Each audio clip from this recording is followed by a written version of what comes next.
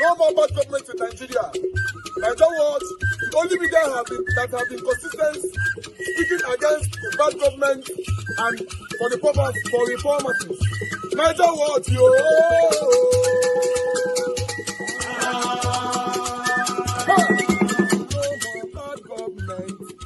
No more bad government. Niger what? No more bad government. Niger what? No more bad government. The only media that have been speaking. No more bad government. The voice of the voiceless. No more bad government. No more bad government.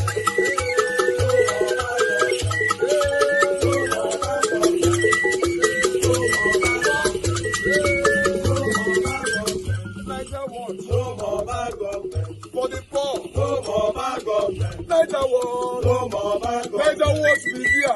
No more bad government. No more bad government. No more bad government. In Nigeria. No more bad government. No more bad government. No more bad government. The only media. No more bad government. The number one media in Nigeria. No more bad government. That have been speaking against government. No more bad government. Niger what? No more bad government.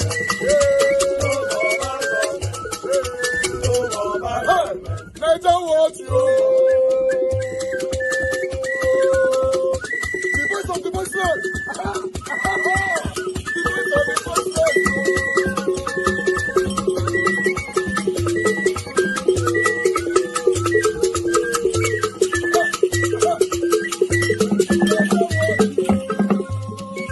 Voice for the voiceless. Voice for the voiceless. Niger what media? Voice for the voiceless. Niger what media? Voice for the voiceless. The only media that have been speaking against bad government. Being consistency since 1944. Voice for the voiceless. Voice for the voiceless. Umuwame. Voice for the voiceless. Umuwame. Voice for the voiceless. Voice for the voiceless. Voice for the voiceless. Voice for the voiceless. Voice for the voiceless. Voice for the voiceless. Niger what you? We have been seeing all you guys have been doing, and he recommending to everyone in Nigeria, saying that you guys are the number one. Niger what you?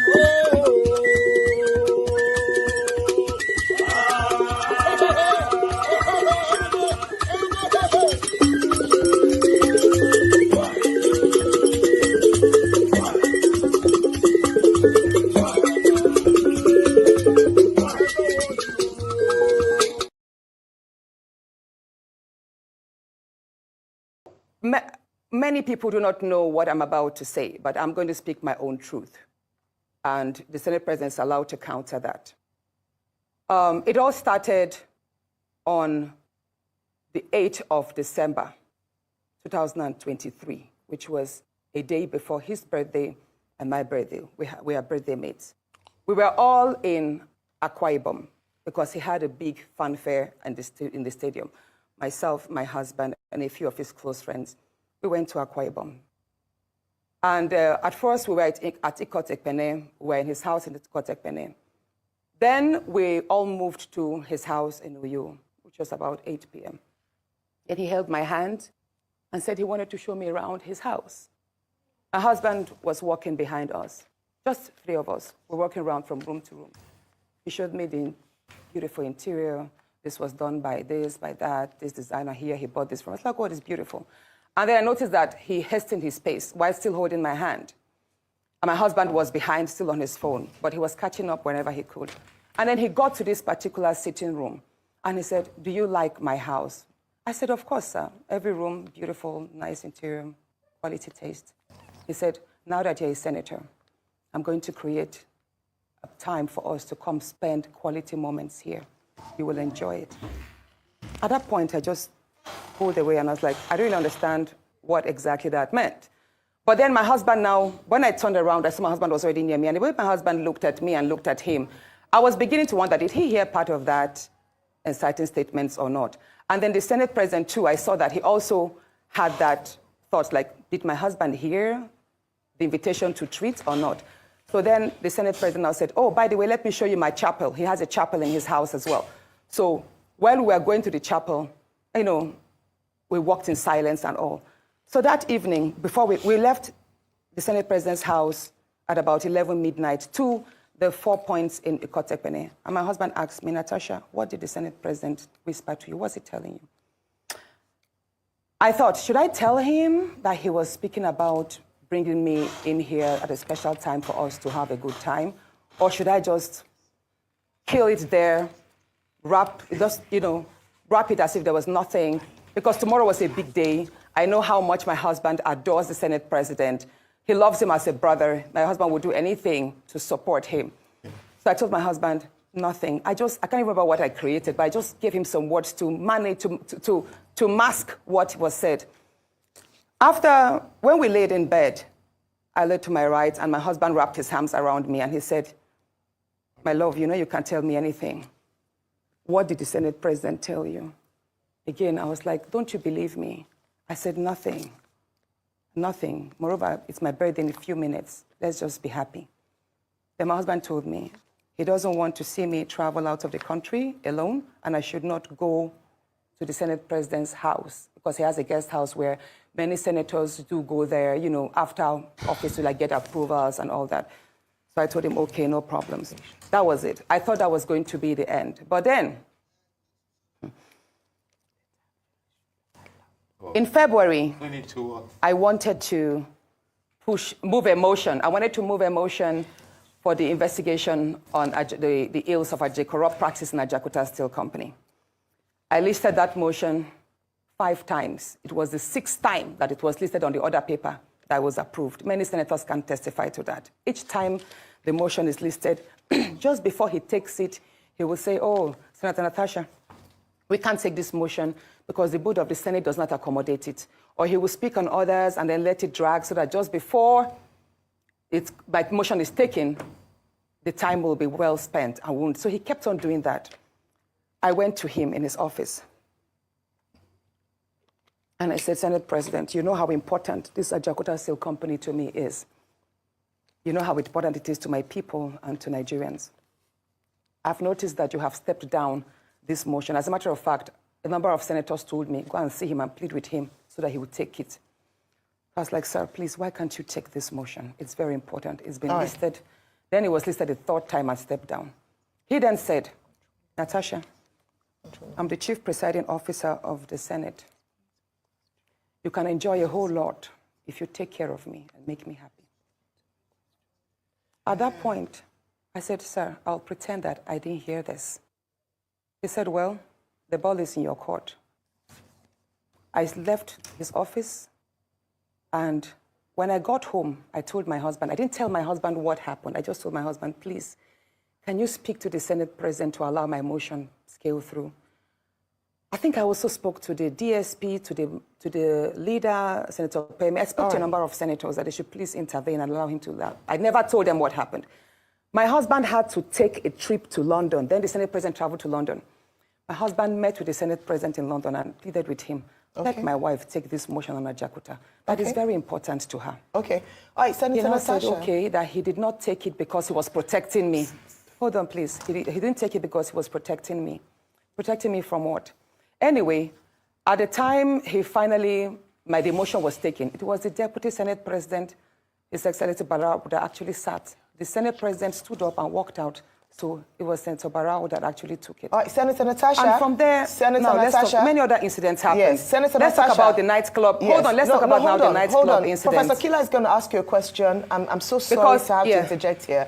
But I just want to mention that, and I'm glad you gave the caveat at the beginning of your statement, that this is your side of the story, and the Senate President has the right to defend himself or to counter what happened between you privately. So what I assume, or for what you're saying, is that what happened last week Thursday began from a private conversation, and then you have felt like you've been maligned as a result of you not agreeing to certain propositions, right? Yes. Okay, so what has happened? Yeah, the same story of when a student keeps being failed. Yes. Please, let me say this, Ayo. You know the situation we see in universities whereby a student is continuously being failed just because she has not slept with the lecturer. That's what I've been facing, in simple terms. Thank you. Professor Kila. That is what I have been going through. Thank you very much, And Professor Kila. Now, moving to, should I speak about the nightclub incident? No, that's okay. Professor Kila will come in now.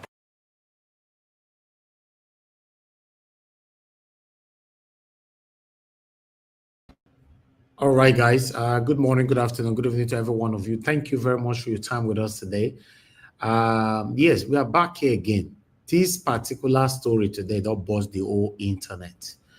We are going to continue with our presentation, but I just wanted to quickly acknowledge the people that is already here with us. Mother for Mommy Diaspora, thank you very much, Mommy. Good evening to you. I appreciate you for all that you do. Thank you very much, everyone right there. Thank you so much. Leonardo Nozier, thank you. Clifford, Mike Akimbari, Adelaja Ogombe, Christian, CXL, God bless you all. Thank you very much. So I can see right there. Natasha Accuses Emmanuel Chooks. Thank you. Simon Gelman there in the building. Madam Amen Bright is with us as well. Mr. Johnson Emmanuel, God bless you all. Then we have Osagbovo Konga with us. Austin Prince, thank you. Lucy Eno, Amaka in the building. Thank you. Peggy Modi, God bless you all. I appreciate every one of you, my people. Rosie Ayosh, thank you. Madam Rita in the building. Thank you very much for joining us today. Thank you, Loa Tosi, my brother. Thank you so much. Everyone right there, Ben Osaho. A discussion channel TV in the building today. Thank you. He's Lucky is with us. Rosie Ayosh once more. Good evening to you. It's good to hear from you. Alaranju in the building. Thank you very much. God bless you. Oh, again, I guess we've mentioned everyone because we need to move on right now. Yes, our brother, Mr. Larry from Ireland, the other day called into this show and said something similar to this, but based on allegedly that maybe the Senate president, he want to do one or two things with this Senator Natasha. But we all were surprised to see that Natasha came on the national TV today telling the whole world how the Senate president have tried several ways to sleep with her. The thing shocked me. I do video earlier on this afternoon. I guess many of you don't see them. The thing shocked me. I will need more women into the building today to talk to us on this issue, because I believe you might have one or two things to say and to pass advice to our young ladies or girls coming up. Because this thing is happening not just in the Senate House. It's happening everywhere. A place where girls go to look for work.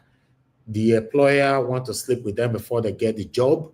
And a lot is happening. We need to address all of them today. I appreciate you all, my people. Press on the like button, help us to share. I'm going to continue right now. Let's quickly go to audio because a lot of people have responded to this. But let's start from here. Although Senator Ireti Kingibe came in a different way, we're also going to be listening to that shortly. But let's take this one here. Wawulen's interview you guys had with Senator Natasha Akpabio. I was actually watching it standing, basically. I was sitting and then I had to leave everything else I was doing because it was really, really intense. And what really got me was, all of the accusations of harassment. And I just want to play up a clip that has already gone viral. Here is Senator Natasha Akpabio accusing Senate President xual Akpabio of harassment. Many people do not know what I'm about to say, but I'm going to speak my own truth. And the Senate President is allowed to counter that. We're in his house in the Kotek Benin. Then we all moved to his house in Uyo, which was about 8 p.m. And he held my hand and said he wanted to show me around his house. My husband was walking behind us, just 3 of us. We're walking around from room to room. And then he got to this particular sitting room and he said, "Do you like my house?" I said, "Of course, sir. Every room, beautiful, nice interior, quality taste." He said, "Now that you're a senator, I'm going to create a time for us to come spend quality moments here. You will enjoy it." At that point, I just pulled away and I was like, I don't really understand what exactly that meant. He then said, "Natasha, I'm the chief presiding officer of the Senate. You can enjoy a whole lot if you take care of me and make me happy." At that point, I said, "Sir, I'll pretend that I didn't hear this." He said, "Well, the ball is in your court." All right. My essay. I mean, that was quite intense. And it's just really heartbreaking to hear such, accusation made on, the number 3 man in Nigeria. I mean, this is not the first time we're hearing, these sort of accusations of harassment. And I'm glad Natasha Accuses, has given him the floor to respond because, again, it's a huge, huge allegation. Let me say, first of all, absolutely spot on that the Senate president does, and I don't think he should send, this is bigger than sending people to come and speak on his behalf. I think he does have a duty to Nigerians whom he served and who have entrusted their votes in him, especially his senatorial district, to come out and really address, because it's now becoming a bit too much. Yes. I have a headline in front of me from 2020, July 13, 2020, by The Cable, which says, I slapped Akpabio for sexually harassing me, sex ex-NDDC MD Joy Nuniem. Now, this is not the first time a high-ranking woman has come out to make such an allegation. It's still an allegation, and of course, he's innocent until proven otherwise. Now, when we talk about this, let me talk about the bigger issue around sexual harassment and victimization. We often talk about having more women in politics, women's voices being heard. But how can you welcome women into a toxic environment if they feel that if they are there, what they would have to be victimized, sexualized, as we saw in that statement by Mfon Patrick. Their intelligence will be questioned. Whenever they rise to any height, it will be said it's because they slept their way through it. You see an appointment, you see a beautiful woman, you're saying, oh, she must have done something. These are the sort of things that validate those rumors and those unfortunate comments like that. We also had the APC woman leader come, and I thought her statements were a bit disappointing, because when you're talking about women's rights and protecting women, the first thing you want to do to a woman who makes such a grave allegation is to listen and then ask that the person who's been accused comes out to defend himself, especially when it's not the first time. We need to protect our women. We need to protect our young girls. And I say this because it happens in institutions. Remember the sex for grades scandal that broke out, that changed policy in university? Women are, let me speak now as a woman. Women face this on a daily basis. And oftentimes when we are bold enough to come out to speak about this, we are accused of sensationalization or intimidation, blackmail. The first thing a woman wants is for her voice to be heard so that other women who face this discrimination and victimization can come out to also speak as well. You want more women in politics, make it safe for them to be in politics. But Senator Akpabio has a right to come out and defend himself. Senator Akpabio has a right, absolutely, to come and defend himself. And very well said, Ayo, because this is what we were talking about, during the course of our interview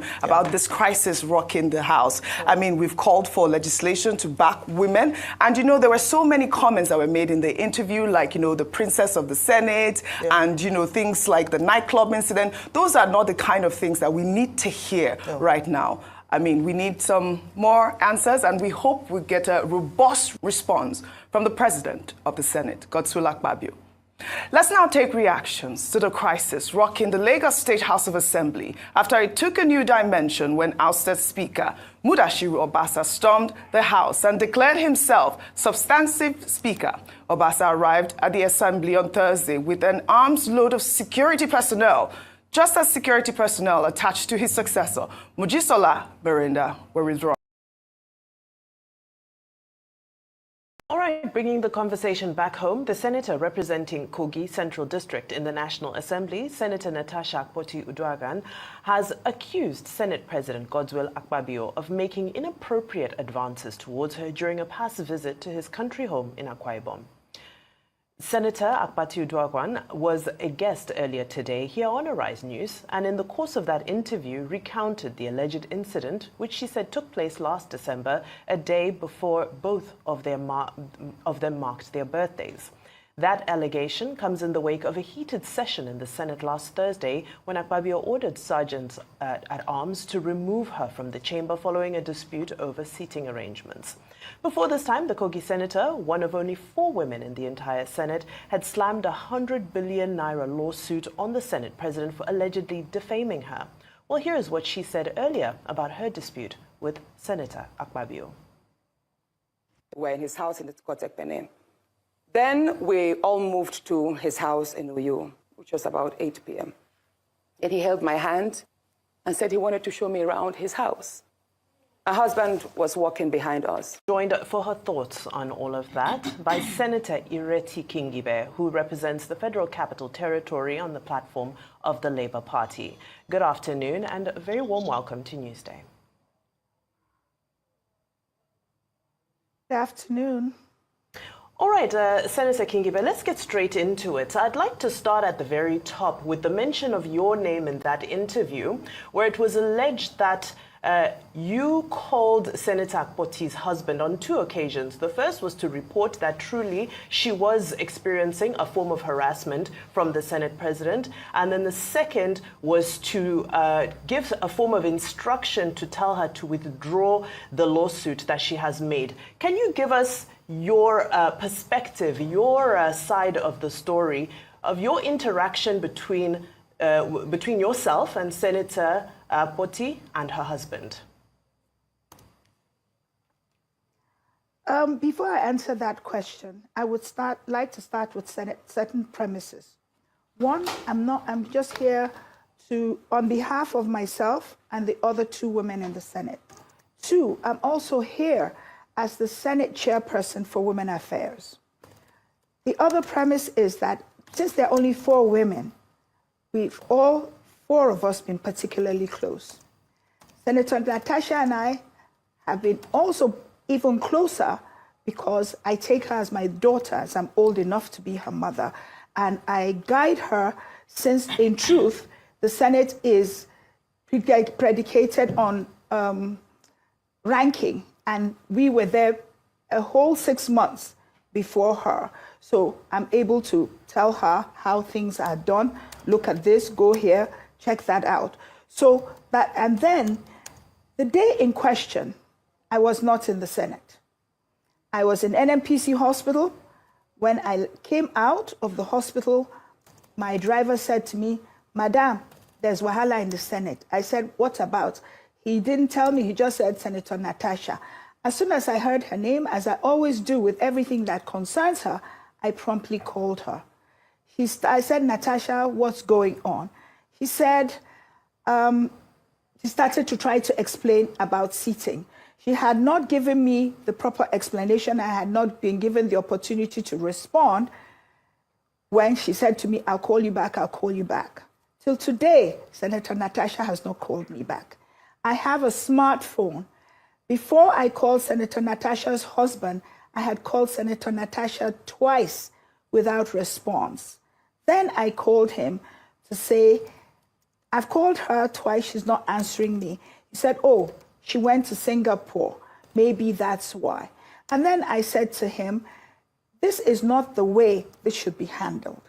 Now, let's go on to other things. The reason we've heard it said everywhere that the 3 women in the Senate have been silent. Yes, because silence is golden, especially when one of us is not following the rules. And as women, we did not want to come out publicly to say anything negative about her. And we were hoping all of this will blow over, as a lot of things do. Now, the truth of the matter is, yes, the Senate is not gender-friendly, but it has been improving, much better than when we first entered the Senate, I must say. And the truth of the matter is, when we make a fuss and we draw the attention of the Senate president, he does correct it. Truly, the Senate can do better than it's doing, but there's hardly anything that's been done to us that's not done to other men. It is more appropriate to say that the Senate is not opposition-friendly. Now, the Senate leadership may not be gender-friendly, but I must say the majority of the senators, they are very kind and they are conciliatory to us. They look out for the fact that women, some of them have been there before. They guide us on, do it like this, do it that way. And slowly, even I can say, without anybody repudiating that fact, that I am the singular senator that fights the Senate president the most. But I have learned to do it. If it arises on plenary, I deal with it there, especially when it's on issues to do with my constituency. When it's on other issues of privileges, I go and meet him when all the senators are in the dining room, and I fight with him there and get the support of other senators. Senate is a place where the majority takes the day. So then also I want to say something. Us women in the Senate, In fact, to be honest, Senator Natasha has gotten the most privilege of all the four of us. The seats I'm sitting in now have been moved 4 times. Senator Ipalibo Baligo has been moved at least twice. All right. Senator Ireti. No, please let me finish. I brought myself here. Then you can ask me. Yes, but we also have a few minutes with you. To the issue. So can you just make it brief, because we do have follow-up questions. It's all right. All right. I will make it brief. I wanted to say that this is about the rules of the Senate. So if I can point out that other women have been moved several times. On that day, I wasn't there, but I gather that several men were also moved. And I'm only here as chairperson of Women Affairs. I want women to know we have to follow the rules of the institution we choose to enter. And that is mostly the point of this visit here. Whether there's, sexual harassment between them, they already had personal relationships before they came to the Senate. All right. The 3 of us had no relationship with Senator Akpabio before we came. All right, Senator Kingibe. So I'm ready for your questions now. Yes. And the question you asked me, I don't have enough of a relationship with Senator Akpabio to discuss sexual harassment with Senator Akpabio. When I go to the Senate and my neighbors or Senator Natasha is not there, I collect documents on their behalf. I collected some from Senator Natasha, informed her. She said she was home. I went to her house. I'm answering the question. I got there. She told me, after offering a meal, that she's supposed to discuss something with him, and he said to meet her in some hotel. I said to her, you only meet Senator Ireti, I'm sorry, I have to come in at this point. We have limited time with you. Pardon me, I have tried. You asked me a question. My colleague asked you a question. So if you just want a yes or no, I'll tell you no. I did not. I was trying to tell you what transpired. And as we were discussing, her husband came in. That's all I'm trying to tell you. Okay. So that I could not have said so. I don't know. All right. That's noted. That's all I'm asking. You asked me a question, madam. My colleague asked you the question. Thank you for getting to it eventually. Now, I cannot see any of you, so pardon me. It's okay. We're fine. We're just having a conversation here. You've made it clear the parts that you're aware of and what you're also unaware of.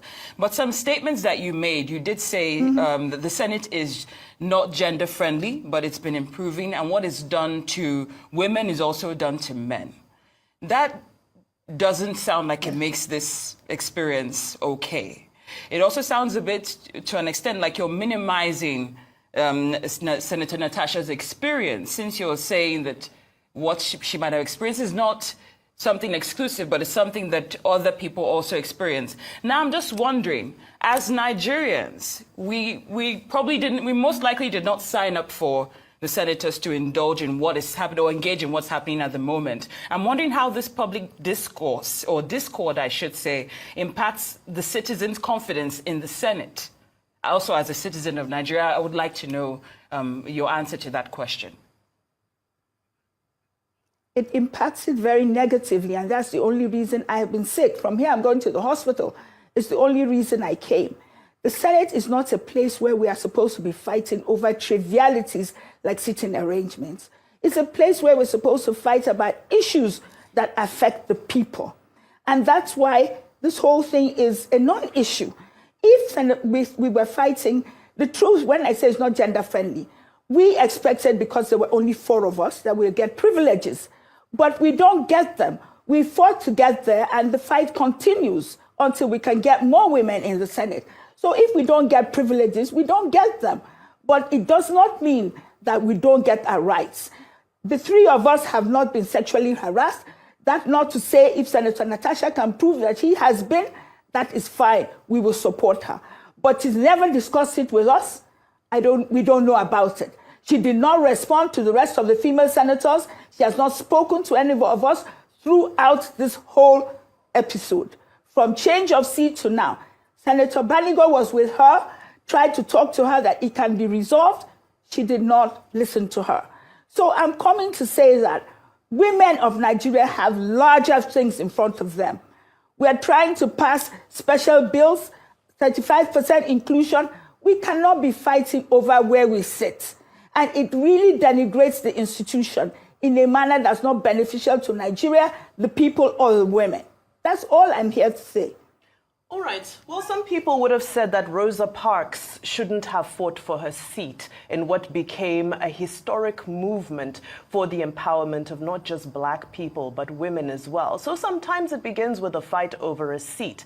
Now, don't you think that this whole debacle has now opened us up to bigger conversations? Number one, around the possibility that there may be some sort of harassment, sexual advancement happening behind the scenes. As we are well aware, it happens in several institutions around Nigeria. Are you dismissing that it is absolutely impossible that anything of this nature could be taking place? No, I'm not saying it's impossible.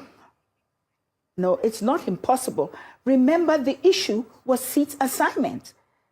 If we've been in the Senate a year and a half, I doubt that it was the day that this happened. Senator Natasha, I go to the other senators, female senators, with an issue. And they tell me, okay, you leave it. You're more confrontational than us. We will handle it. Senator Natasha has never discussed with the rest of us senators. And I speak on behalf of the three of us. We are older than Senator Natasha. We're wiser. We've seen a lot of things. So, and we've taken her, I have taken her as my child. There's no reason for me not to support her. Even over the change of local content, I was going to take it up with the Senate President. She told me she preferred where she was. And then I dropped it. Before that, I was the first person to take Senator Akpabio on about the market. He didn't even realize he had offended us until I tabled it. So the impression that she's all alone, it's not right and it's not correct. All right, Senator. I'm not saying it's impossible. I just say I don't know about it. All right, Senator Ireti Kingibe, we appreciate your time and insight, and we hope that all the issues that you've highlighted are some you end up challenging them while you're a senator to make it a better platform. Thank you so much for joining us here on Newsday.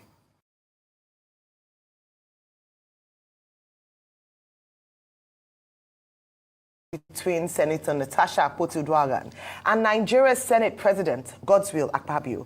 The APC women wing and the women in the South-South geopolitical zone of the country are beginning to speak up against the purported social media news making the rounds that Nigeria's Senate President xual Akpabio is a misogynist, immoral, and does not support women in politics.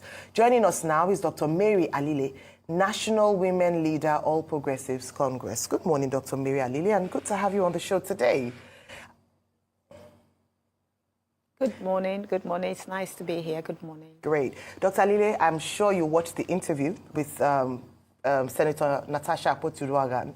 And listening to my introduction, I'd like you to just share with us. She's made very serious allegations, which we hope to get a response from, because she's alleged and she must prove, and also we must get a response if possible. However, there are bigger concerns around how safe women are in Senate. Remember that on this same platform, Joy Nunye had also accused the Senate President of similar infractions. I would like to get your thoughts on this, not just about the Senate President, but in general, because I'm sure it's not surprising to hear incidents like this happen, even though at the moment it's still allegedly. But what's your take on this particular issue around women being victimized in positions of authority because they refuse to, in the terms of the street, play ball? Good morning, everyone. Thank you for having me. Yes, I just watched the interview that just ended with Senator Natasha. And I think that, like you said, it was alleged, and which means it has to be proven.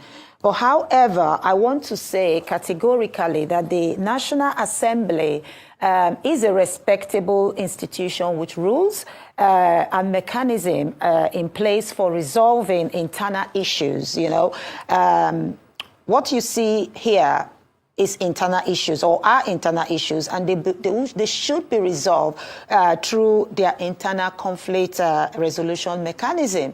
Now, it's not something that is strange to us that we have barriers. Women faces barriers in politics. That is not news at all. It's something that we've been dealing with from the past years, from the past decades. But however, in every institution, like I've said, there are mechanisms in place to deal with such things. So if you have alleged someone have done something wrong, as you should come up with proof, and this should be done internally. I don't think going out to the press, to Facebook, and I don't know whatever social media to call names, I don't think that is the way to deal with the issue at hand. Okay, beyond that, I asked another question around women being victimized generally, because you are the national women leader of the All Progressives Congress, and I'm sure this is not the first. We've often talked about having more women involved in politics. What do you have to say about women who come out to make allegations like this?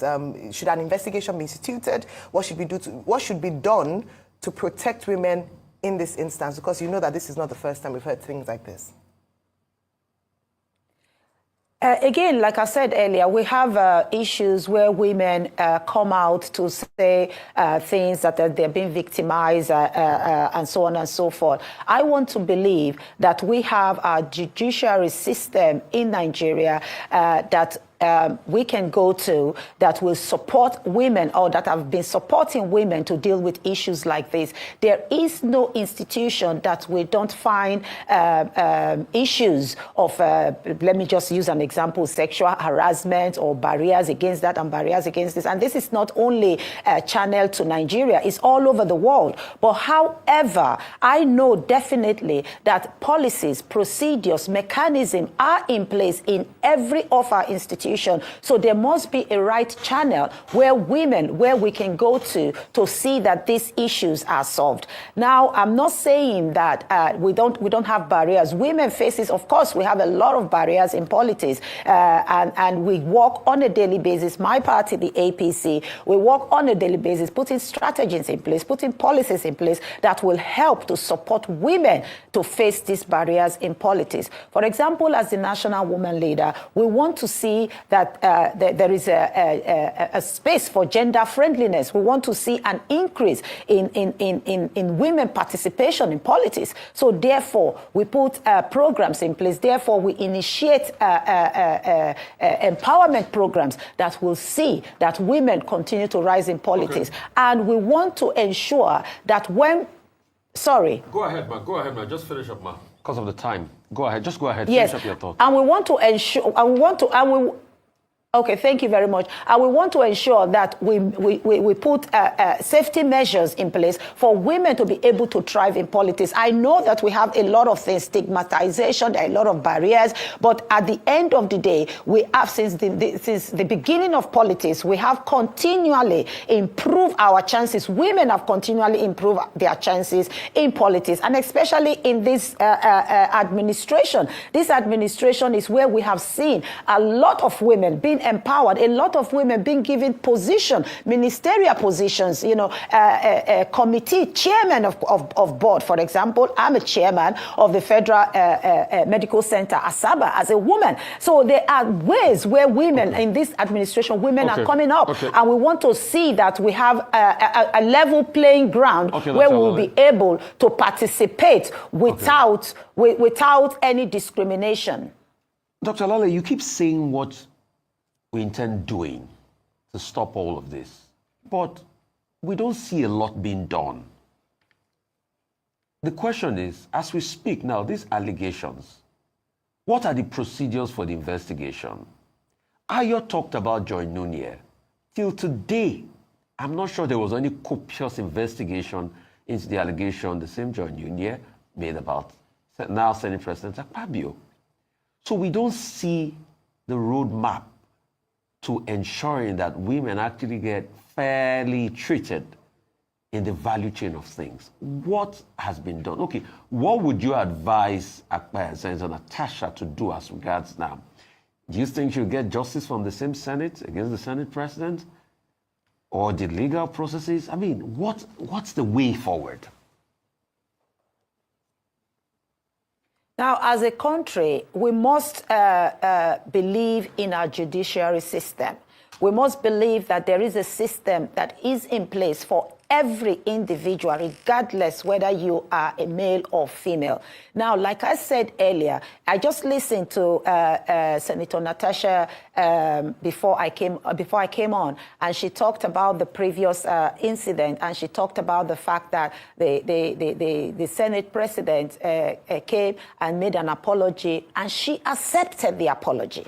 Now, if she felt that that apology was not good enough, she accepted the apology on the floor. So if you felt that that apology was not the best thing, there was another way you could have gone about it, there's no need of accepting or being coerced to accept an apology. So if you accept an apology that have been tendered to you, Nigerians will believe that you are satisfied, after the you are pleased. So somebody have apologized. Dr. Alele, and then after the threats? Of course, somebody apologized and you accept. Dr. Alele, did you hear that interview No, after the that threats? is after the alleged threats? No, allegedly, yes, sir, so after and the exactly, allegedly, nobody knows what happened. So if it's her word, I'm not a lawyer, but it's her word against hers. So if she said that she was allegedly threatened a day before, my point was that I'm just speaking on fact. There was an apology that was tendered on the House, on the ground of the House, and another party accepted the apology. Now, if whatsoever happened behind the curtains, you were not there, I was not there, we didn't know what happened.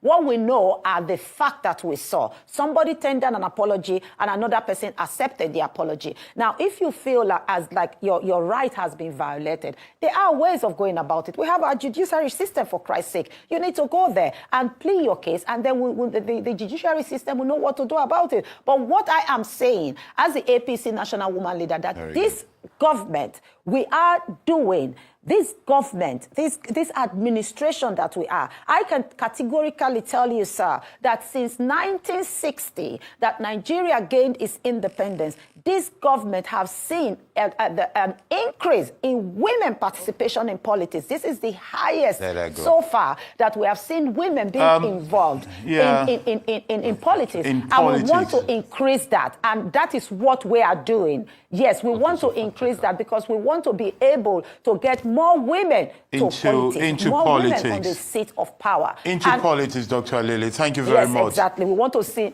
Yes, so let's go into fact. Thank you very much. Yes, I think there are more women in politics under this government, but I think just to be factual, this is not the highest we've ever had, but it's okay. That's just me being precise about things. But let's talk to your facts. We see what the government is doing. You, Dr. Alele, as woman leader of your party, would you be doing something concrete in as a woman leader about the plight of women, about this allegation? Will you be investigating it? Will you be talking to the Senate President? Will you be coming to any action in your role as woman leader of your party? This is happening inside your party. Yes, definitely. If an allegation is out there, and if I am brought into the system, and I'm brought maybe by a way of a letter, somebody's telling me... Sorry, Dr. Alele, I hate to interrupt. I hate to interrupt you, but let me say something very clear. I believe that your role as a woman leader is to follow the welfare of women and their aspiration, and to make sure that men are not predators. Definitely, like I said. So will you be committing to an action? Let's call it the Alele Committee. Would that be coming up soon? Let me tell you something. If I am contacted, either by Senator Natasha, I want you to be proactive. And if I'm asking if you are going to be proactive, Doctor. That is in Nigeria and is in my party, I will definitely be doing something about it. Now, Doctor, I'm contacting you sitting here, on behalf of my daughters. My party, and I'm talking about me being the APC national woman leader, and me being the first a woman for APC in Nigeria and in diaspora. And I want to see a place where women are given chances, where women are given a role to play politics without any barriers. Of course, we know that barriers are there. Of course, we know that there's stigmatization in politics for women. I'm a politician. I'm not saying that these things does not exist. But I'm also saying that we believe in the judiciary system of this country. We believe that if something has gone wrong, we have a place to go and plead our case. Thank you so much, And I want to say categorically that the women of Nigeria, the political women of Nigeria, we want to increase that participation. My vision is to see where we can increase the gender space in politics in Nigeria. That is why we've put together programs like 774 we have to go. which is a national program which wants to see the increment in gender space in politics. This program has gone on to countries like Ondo to Benue, going to Edo in another month. So what we want to see is that women, and especially the young ones, are not scared away from politics. They are not running the opposite direction just because something is on news, just because someone is being chased. We want to be able to face it head on, and we want to be able to plead our case. And of course, we want to be able to sit at the table so that the next generation, will not ask us what we did. Thank you, Dr. Alele. We shall be watching your actions very closely. Thank you, Dr. Alele. And a quick fact check. This is one of the lowest representation of women in the Senate. So when you say there's success, this is one of the lowest representation of women in the Senate. You just have to put that fact. We have 4 women out of 109 women, and in the APC, only 1 APC female senator in the House. So actually, factually, you're not correct that this administration has favored women. Just to fact check. All right, my people, that's all. Our presentation today, we are done already. We're just going to start talking right now. A link was posted out earlier on. For those of you that want to join us, please click on the link and come in. Let's talk right now. That Dr. Alele of a thing, it looks like now woman with the pay say, oh yeah, go and repair what Natasha Accuses have said. It's so disgraceful, very, very disgraceful. But meanwhile, let me start taking calls because a couple of you were calling in already. That guy was, she don't collect. You said what? She don't collect. She don't collect. Exactly. Exactly. Because me, I don't understand. That person when they say, oh yeah, go quick, repair the damage and all that. Thank you very much, Madam Origin, for calling in. Good evening to you, ma. Please talk to us. Yes, Mr. Nigeria, which I greet everyone. Whoa, it's not funny. Nothing to smile about over this matter. So much inside this matter. So much to unpack. I'm very busy now, but I need to talk because I want to talk on a particular issue because there's so much. This is the menace of impunity. What impunity does to a people. From Ireti Kingibe to the woman that just spoke, to all the people that are coming to clean up this mess, it is a shame. The last time, Mommy Diaspora, I greet you, my wonderful woman. God bless you. God bless all our ninjas, all commenters, all everyone that come here to analyze the matter. And like I will always tell everybody, please don't go away. As horrible as it is, and it's showing going away and looking away is worse than facing the matter. I think at some point, like I said yesterday, we have been conditioned. We are conditioned masochists. Taking all the crap, taking all the bullying, rape, everything that is done, that is abhorrent in humanity, has been done to us by our leaders.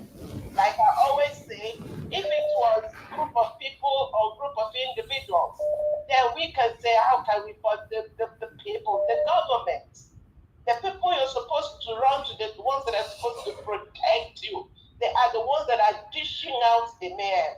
Can you imagine when Peter Gregory Obi came out to speak, they sent his own brother to come and attack him, to come and malign him and threaten him. When Natasha came, they sent a woman, they sent women. Ireti Kingibe. Yesterday I said, and I asked, I said, where are you? Have you been beaten to submission? Now I see that Akpabio have groomed you. You see, you are now the eunuch. You know, back in those days, they have eunuchs that groom and control and reward and take care of the harems of the king. I think that's what you have become to these 4 women. And you have the guts to tell us, to say that there are other things to do. Ireti Kingibe, you are working on increasing women participation to 35%. Meanwhile, the ones that are under you, and by the way, you are in your 70s, and Senator, for crying out loud, she is Senator Natasha. She is not your daughter. So you should treat her as a colleague. You should hear her out and not behave like a Samai Akpabio. Now, let me bring this matter to clarity. So much to unpack, like I said. But one matter that I want to address is Ireti Kingibe. It's one of the things that Senator Natasha said in one of her comments. She said she is like a student being failed over and over by a lecturer that wants to sleep with her and she refused. And you swept that under the rug. Exactly. And you know this is what has caused menace. One of the evil, one of the outcome of what this has done to our society. Let me give you, I'm dealing with an issue, a case that has to do with, Mr. Niger, what I tell you that whenever it comes to, talking about marriage and all of that, why I don't want to say anything is that we are not touching the deep crux of the matter. The deep crux of the matter. A lot of facts that needs to be raised. When you clean up those things and you see that marriages will bloom, young men will start marrying. But one of those I want to say to Kingibe is this. And also we talk about, there was one time you raised an issue, one man came out and said, nobody, I still remember this thing as yesterday. The man came and said, please, nobody in diaspora should go and marry a woman in Nigeria. He even went as far as saying, you can marry from Asia, but you can marry anywhere else, but if you're in diaspora, don't go to Nigeria to marry. And that man, you people think he was joking. Let me tell you what is going on. When these girls in the university, if you see the amount of money that the likes of this deviant is pushing in the lives of these young people. What happened, one that I'm dealing with, this young girl was married from Nigeria. And her mates in Nigeria are talking about a tear rubber.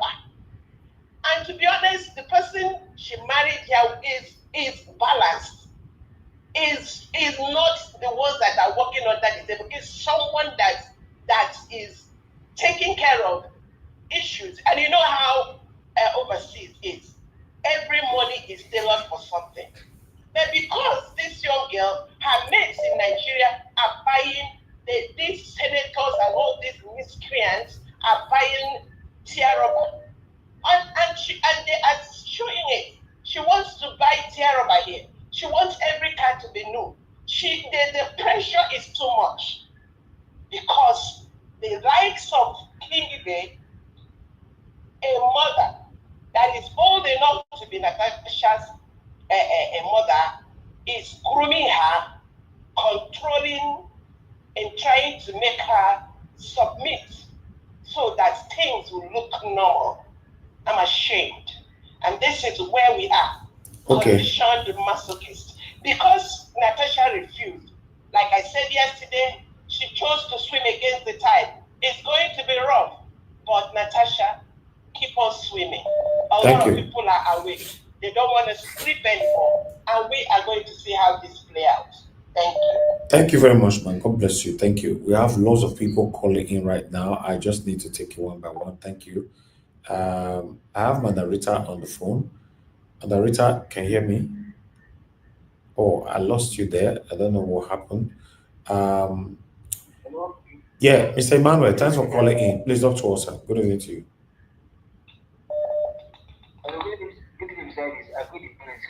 Yeah, go ahead. Go ahead. I can hear you. Thank you, sir. what I want to say is that it's not even that Natasha, it's that Senator Ireti Kingibe. He's a Labour senator. Now he's not defending Akpabio. He said that cried out that Akpabio and Wike are oppressive. You see all these people, they're not deceiving themselves. I will add that is but it's not able to take a push again. That's why it's not this game. You say what? I said I had some other issue that is trying to decamp to that is trying to decamp APC to get that ticket from that is APC ticket in Abuja. That's a different Akpabio. Which is what she was saying today. Against our fellow colleague, Natasha Accuses. He said what I call that Wike and they are operating now. You are not defending Akpabio and the Wike. You show these people, they don't deceive themselves. Very sad. Very sad, my brother. And a big boss for that matter. Exactly.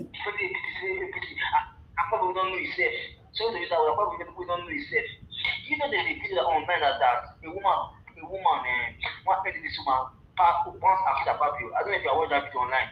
Not this Natasha. Another woman once accused Akpabio. This kind of this woman. I watched the video. It's online now. 2020.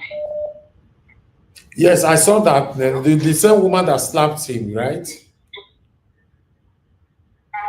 Yes, that is. She's not lying. I don't trust Akpabio at all. I don't trust that at all. Thank you. Thank you, sir. Thank you, my brother. Thank you. Thank you. All right, Mother Deborah, thanks for calling in, and good evening to you. Please talk to us. Hello? Yes, ma'am, we can hear you. Good evening to you, ma'am. Talk to us. Good evening. Thank Good you. evening to everyone, our viewers and commenters all over the world. Just a quick contribution to the broadcast. I want to start by saying I'm really disappointed as a woman hearing what even Senator Kingibe, the response from those women who came out to speak is really, really, really disheartening that they could not even address the main issue, but instead they were being protective of what is happening.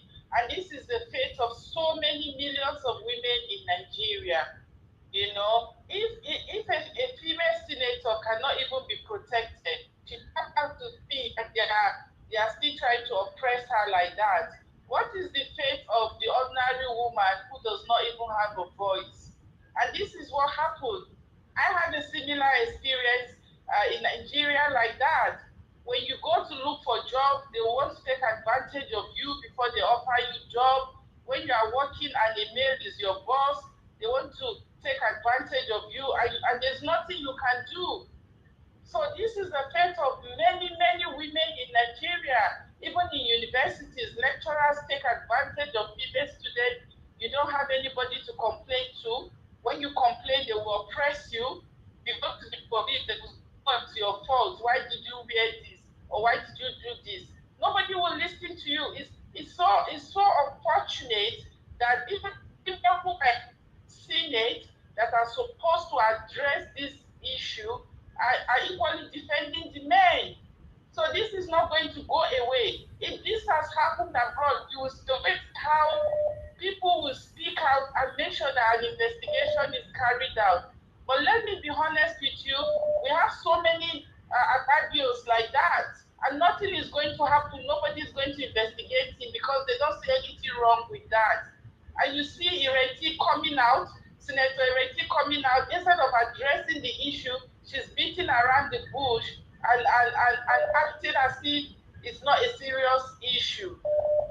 And this is exactly what Senator Natasha is saying. She's not even going to get the support that she needs. So if a powerful woman like Senator Natasha cannot even be heard, so what is the fate of the average woman that is not even a senator? So it's a shame that even at this time and age, that women are still very, very vulnerable in Nigeria. And instead of passing laws that is going to protect women, they are there even defending the men. So it's so shameful. I think those women who come out to speak should be ashamed of themselves wherever they are. And I hope many people will call them out for instead of speaking for women and trying to bring up legislations that will protect young women, they are there even defending the men because they have been offered money. And I can tell you categorically that this is the experience of so many women in Nigeria. They are being harassed at work by rich men, by their bosses. If you're a young woman, you're working under a big man, they want to take advantage of you, and you don't even have a voice to say. I walked out of my job in Nigeria like that. The boss was trying to take advantage of me, and as soon as I refused, they started intimidating me. That's exactly what you go through. When you refuse, they will start to oppress you because they know you don't have a choice. And I had to resign the job. So this is what so many women experience. And for those senators to come out and talk as if it's not a problem, I think they should be ashamed of themselves. I'm really, really disappointed. And this is what you get. Women are not being supported. That's the reason why I say a lot of women don't even come out to speak, even when they are being harassed. Because at the end of the day, nobody is going to defend you. Nothing is going to happen. Nigeria is a country that is dominated and ruled by powerful men. And they get away with everything that they do. It's shameful and it's pathetic. Thank you so much, Mr. Elvis. Thank you very much. Let's hear from someone else. Wow, the OT it shocked me. Kai God, this is one of the things that we talk about here every day. But let me hear from Madarita quickly. Then we'll take it from here. Madarita, I think Madarita, why would they miss you now? Thank you very much, Heritage, for calling in. Please talk to us. Good evening to you. Hello, it's me, Natasha College. Okay, Oga Prince College. Okay, yeah. That your name. You get as a name. Talk to us, sir. Yeah. Good evening to you, sir. I'm unable. Good evening to everyone. My apologies. I greet you all. If I'm having a chance later, I'll be able to join the panel. You see, the issue that is happening right now, and of course, as regards Senator Natasha, for me, it's not new. I think it's because it's Senator Natasha, that's why the matter is, like this. This is happening every day in Nigeria, just like every other crime. Women, Senator Natasha is being approached as a woman that is married to a man like Akpabio is being approached, and that would be in such a manner. Okay, what about those that are being raped on a daily basis? Married women that are being raped and killed. What about children, underage children that are being raped and killed? That have been humiliation, ramification. You see, this thing happen in Nigeria all the time. So there's a place that there's no justice. This is what you see. We'll just talk about it and forget about it. Senator Natasha, she's speaking about it now because she's a member of the Senate and people are picking it up. But it's happening to a common person just like Natasha as well, someone that is standing erect like her. So every human being, in terms of equality, we are all the same. So this will happen everywhere in Nigeria until Nigeria is fixed and justice is given to whoever that deserves punishment or whoever that deserves recommendation and congratulations. Until such thing is being done, we will never have any positivity that has to do with progressivism in Nigeria. It will never happen. Because if you look at what is happening right now, right there, you will see the women, other women in the Senate, they have compromised. That is why you see them talking rubbish. Just as in every other area, Nigeria, when issue is going on, before you know, we as Nigerians, we compromise against ourselves to the detriment of our own land. That's what we do. All those women that are coming, they Ireti and go, they are coming to speak for the Senate just for their own favor and future, not for Nigeria, not for to get justice in Nigeria. So it is going to be very difficult in a nation like this to have success. Nigeria will never succeed. It will never succeed until the right thing is done. It's not a cause. I'm not the one saying it. But when I won't say it, Nigeria is finished. It's done. It's a banana republic. That place is dead for me. Thank you very much, Mr. Nadia. I'm very, very, very brutal right now. Okay. Thank you, sir. Thank you very much. Finally, we have Madam Rita with us. Madam Rita, thank you very much for calling in. Good evening to you, ma'am. Talk to us. Yes, good afternoon, Mr. Elvis. Thank you. I don't know what's happened to the connection. I've been trying to call. Good afternoon, everyone. My lovely mommy, I see you, mommy. First of all, before I even speak, it's unfortunate that today of all days, I cannot be in the panel now. I just want to say this, before I talk about, what's really going on. If you're a woman out there or you are a man, please protect your children. Protect yourself. How can you protect yourself? For example, if you're a woman and you're going to a lecturer's office or a doctor's office or even an office of somebody like the Senate president, go ahead. Please fix some sort of a recorder on you. You need to do it. You need to do it. Even if it's possible, many women wear wigs. We have hair extensions. Put it in there. Because it's possible when they're sexually harassing you, they're touching all over, but they wouldn't touch your hair. Put it in there. Now, for you as a parent, if you have a child that needs to see a doctor, because I have seen it, where a doctor sexually harasses a child for years, and the parents don't know. Do you know how they don't know? The parents take the child to see the doctor, and they step out of the room, outside, hoping and trusting that the doctor is just checking that child, but not knowing that something is going wrong. So please, as a parent, as long as your child is below 17, even if your daughter or your son is 17 and a half years old, you as a parent, you have a right to stay in the same room as the doctor. Please, please, please, please, stay in the same room as a doctor. If your child is too embarrassed to see that the parents is looking at them, that they remove their blood because of examination, you are required as a parent, stay in the corner of the room, even if you don't have to look, but be present. Please be a present parent. If your child is in a doctor's room, you must, I'm repeating this and I know I'm saying it, you must be in that room. As long as if your child is 17 and quarter to be 18 years old, you must stay in that room. That child cannot dictate where you must stay because you want to protect your child. Men, protect your daughters. 90%, what am I saying? 98%, the remaining 2% are staying in their mother's womb. 98% of women, you guys need to know these statistics so you understand the gravity of what our society is becoming.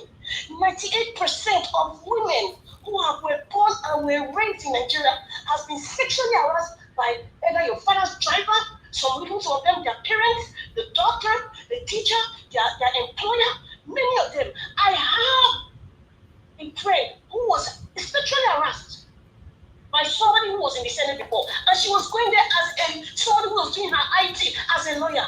Many of them in the offices, the man went to all of them. It was a normal thing. She had to escape. Who is she going to speak to? This is not just more than that. It is more than that. Protect your children. It's not just young girls you're protecting. Protect your sons, because the world is evil. The world is evil. Senator Kingibe, I am sure you are a grandmother, possibly even a great grandmother. I am ashamed that you are working on pins and needles. How old are you? You're just 70, early 70s, 71 or 72. You're already in the transit level to see God now. Yes, no, that's the reality of life. And then you're working on pins and needles. Because of what? Everybody in the Senate is working on pins and needles. The two women that were proposed on the show, I didn't hear one of them say sexual harassment for women, especially women in positions like the Senate. We need to investigate it. None of them said it. I'm ashamed of them. Dr. Alina, I'm ashamed of you. Senator Kingibe, I do not respect you because you are working on pins and needles. Let me tell you something. You are not in the Senate because you're in your 70s. That is why I say it's a lot issue. When you're in this show, even if you are 80 years old or you are 25 years old, everybody is equal because you cannot know it all. Peter Obi said, a man who feels that he knows it all, either because you are older or you are more richer, you're stupid. You must learn from both generations. Let me give you an example. Senator, I think Alexander Cortez. Yes, Ocasio-Cortez. People in America, you know what I'm talking about. She's just 35 years old. She's 25 years old. She's a House of Representatives in America, the greatest country in the world. But when she speaks, we have people that have been in the Senate for 30, 40 years, they listen to her. So Senator Kingibe, please take all that sort nonsense from the Senate. She's not there to stand as your daughter. She's your fellow senator, for Christ's sake. And if it is claiming that somebody has been harassing her sexually, no matter his position, even if it's a class monitor like Senator Akpabio, you should stand up for her. You should stand up for her. And in fact, you should not pick any of them phone call. All the men who are seated there. Let me tell you something, because I wish I was on this show today. Many of those men there, they're not going to say anything. Do you know why? Do you guys know why? Because most of them marry underage girls. Most of them are already sexually harassing little girls. And that is why today, a Nigerian man can say, I'm not a married any woman when enter politics now, shall we? Yes, but they will say, because they know what is going on. Because they're part and parcel of it. It's very, very painful. So we want to speak about every good man. A real you're not just a man having a phallus, for Christ's sake. People think having a phallus makes you a man. That doesn't make you a man. And what do you think that Mr. Alfie, you talk about blow every time. We talk about how there's so much decadence in our youth today. Many of these young girls have been damaged. Many of them have been abused at one form or the other. We cannot speak because we have a patriarchal system, a wicked system in Nigeria, where the justice system is even controlled by wicked men and women. Yes, so women are part of this. And thank you, Madam Origi, she talked about grooming. If you listen to what Senator Kingibe said, she's talking like someone that's a groomer. Accept it and let's move on. And how dare she even say by next seat, just because of the seat she's talking. In fact, I thank that uncle for mentioning Rosa Parks. Yes, somebody made a comment in the comment section, he has going to do it with Rosa Parks. My dear, you need to understand some psychology of things. Rosa Parks sat down. She's popular today. We can call that woman's name. May her soul rest in America, because there was segregation in America against black people, and they told her to go and sit down behind the bus. In case you don't know the issue, you guys should start reading. If she didn't stand for that little thing, it might be little to you, but it's important, and it changed. It was part of why segregation was stopped in America. A little thing you call that became very significant in America. So what are we talking about here? If Natasha is saying, if you need to change my seat, because I know that mother, if you need to change my seat, you need to inform me. Due process, for crying out loud. Inform me. You can't, this is not a classroom. Everybody that is a senator. Everybody that is equal. Everybody that was voted. Can you just switch me as if you are the class monitor? I cannot speak, and everybody's working on print and news. All right. Nigeria is not a country, I beg. Nigeria is not a country. What rubbish? And if anybody, look, we could not talk well today, because any man that is talking this matter, if you not talk well, you have told me you're a useless man. Thank you very much. A wife don't come out now, or a wife don't come lambast everybody now, say, her husband. That one is a slave. You should have said, join an older woman who was almost 60s, complained about your husband's sexual decadence. Now, this woman now, this beautiful woman, now she's going to talk about the same man. What does that tell you? Your husband is a sexual predator, and we have pastors that do the same. Please, do not allow your child to be alone in a pastor's office, to be alone in a doctor's office, to be alone even with a lecturer. You need to be there as a parent. Please, be present as a parent, whether it's your son or your daughter. Thank you. Thank you, man. Thank you so much. Thank you. All right. Madam Origin, you are calling back again. Just 30 seconds. 30 seconds. Yes. Thank you. Yes, 10 seconds even. I want to address what Mr. Collins said, and I want to vehemently differ when he said that, oh, this thing happens all the time. It happens everywhere. It's because it's Senator Natasha. Now, let me clear this. You see, it took a lot for Senator Natasha to raise this issue. And it is because she is a senator that it is going across. The wave is going, and it must not stop. And I plead with every woman, every well-meaning Nigeria, anyone that wants, change. Maybe, who knows, one of these hooligans will be in jail. If this will take one of them down, so be it. Because someone, just like Madam Rita said and the other one said about Rosa Parks, someone had to stand up and stand in the face of the bully. Thank you. So it's not about it. It can happen to everybody, but one person will stand out and there will be at least a stop and it keeps rolling. Thank you. Thank you, man. Thank you so much. Thank you. Madam Ola, thanks for calling in, man. Good evening to you. Good afternoon. No, I don't call fire. I noticed. I bet no verse. Talk to us. Good evening, man. Good afternoon, everybody on the panel. Good afternoon, the commenters, Mommy Diaspora. God bless you for blessing you with a very, very good man like this. How are you doing, Mr. Elvis? I'm fine, man. Thank you so much. I'm going to be very quick and brief, but please give me some more time because, as you know, that every woman is on fire about this particular topic today. I'm at work, but I work from home, so that's fine. First of all, I want to support all that Rita said, everything, because you know how passionate she is about the situation in Nigeria and women and everything. I want to start with Ireti. Obviously, we can all see that she has been tried to be silenced in one way or the other, or she's been too overwhelmed with everything that is going on about sidelining the women in Senate, and she just could not fight.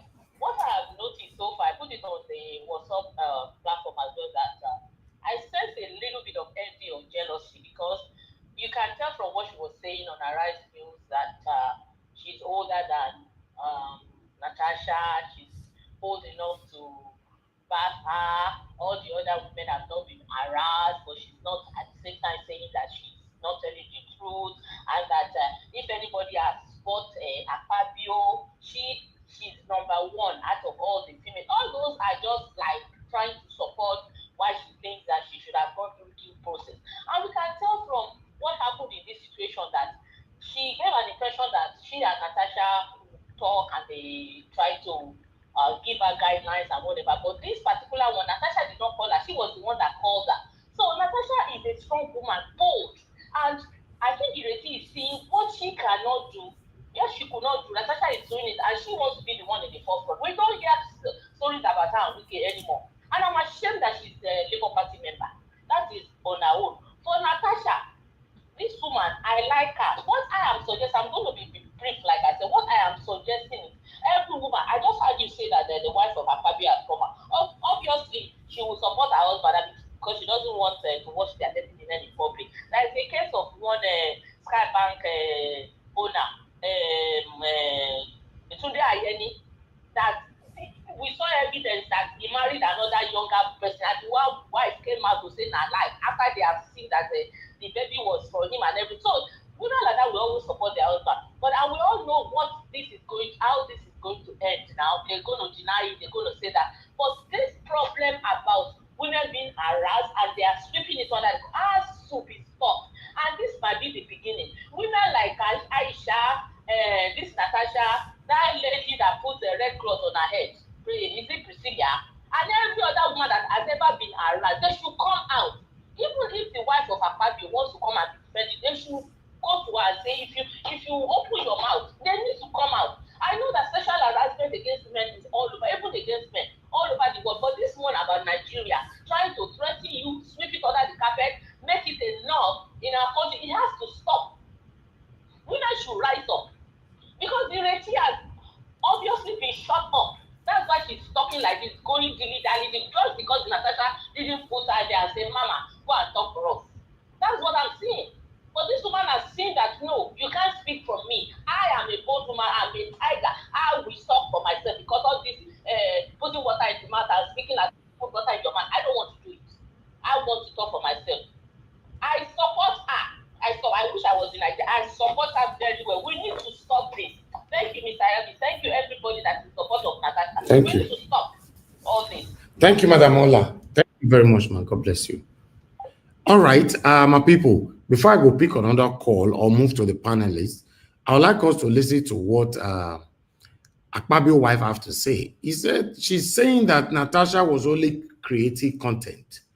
You know, the same content people are creating on social media, that our husband can never do this or do that and all that. But I may not come be like saying that make the talk people are hearing about so.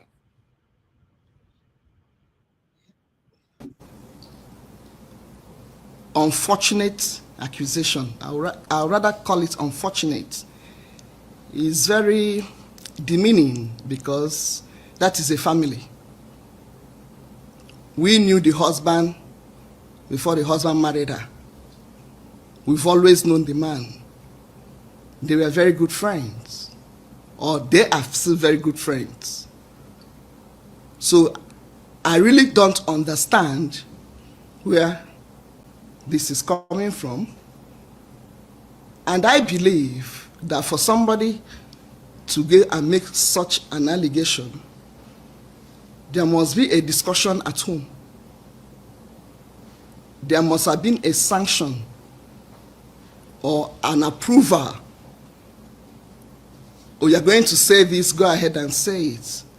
And if the approval has come from the husband, our friend, I believe that he would have spoken to me because we are close.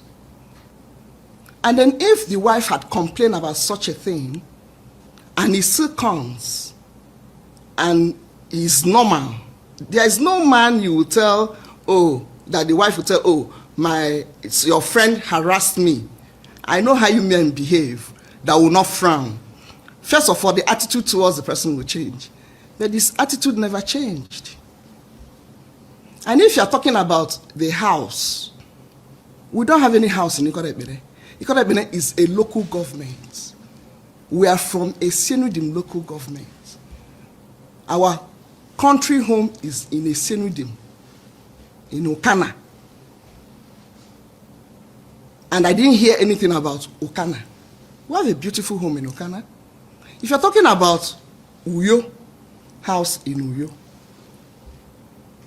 I'm always there. I own a school. I'm always in my school. And when I finish at the school, I go home. So the home you are talking about, I'm always there. The Senate president is a very, very responsible man and disciplined. As a governor, the number of women we had then in government, I don't think any government has had that number of women. So in Akwa Ibom, when he was a governor, a lot of women were involved in governance. And none of them, not one, ever said something like this. In the past, we've allowed people to get away with a lot of things. And he will always tell me, if you can't stand the heat, leave the kitchen. I'm here to serve my people. They will throw mud at me. I said, but this mud is becoming too much. Why can't you do something? So I'm now the one going for a legal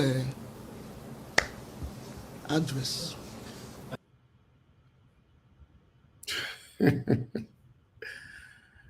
Okay, I'll leave my comments. I'll just leave my comments. Let's move on. Lie. She just the talk. This woman, that woman is very bossy. Now, pastor for the house. I know her very well now. When she was the governor's wife, she knows say her husband is promiscuous. Forgot that thing where she call the. But every woman will defend her husband. Don't mind her. Let's take the fact.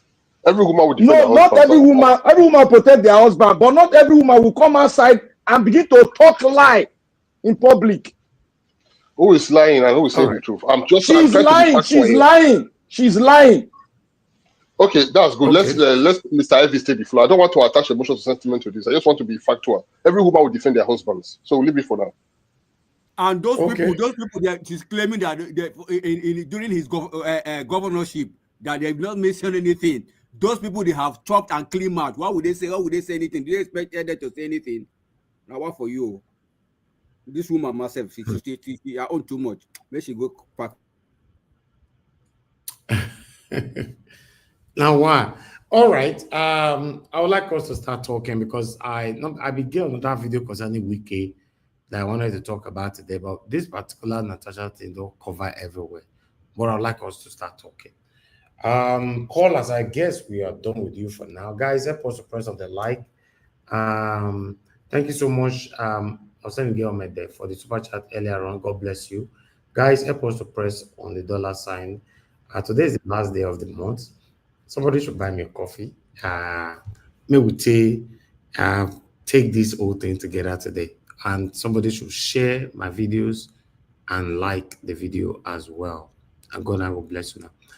Let me call on the first person on the panel. Is give us a mandate. Give us a mandate. I don't know if you're there. If you're there, talk to us. Good evening to you, brother. Thank you very much. Greetings to you and everybody. Hopefully you can hear me clearly. You need to speak louder. We can't hear you. You can't hear me? Your line is too faint and it's far away and is I don't know. Speak properly, please. I don't know what you are using. Your headset is not good. Throw it away, please. To be honest, we not hear you at all. Let somebody else go. I'll come after them. Yeah, please. When you are coming back later, just talk normally. That headset is not good at all, to be honest. Thank you. Black Panther, please talk to us, my brother. Good evening to you. Naija, good evening. Can you hear me clearly? Yes, you are very good. Thank you. Thank you, sir. Talk to us. Okay, thank you very much. We thank God for today that we are alive and we are glad indeed. We are alive to witness all this atrocity and abnormality that the men are creating all over Nigeria. Today, we will say it as it is. We can, if you want to challenge it, we will trace it from history. Now, I want to thank you, Naija Watch, and thank all the callers. All of you are awesome. Saying it as it is. It's not because it is a woman they involved or a man they involved. We are all human beings. We are all human beings. And governance is not a traditional institution. And I want to thank Mommy Diaspora. May God bless you, ma. Today I want to speak and I want to say something here. Let all of us throw away our political mindset and our political reasoning. Let us say it as a family.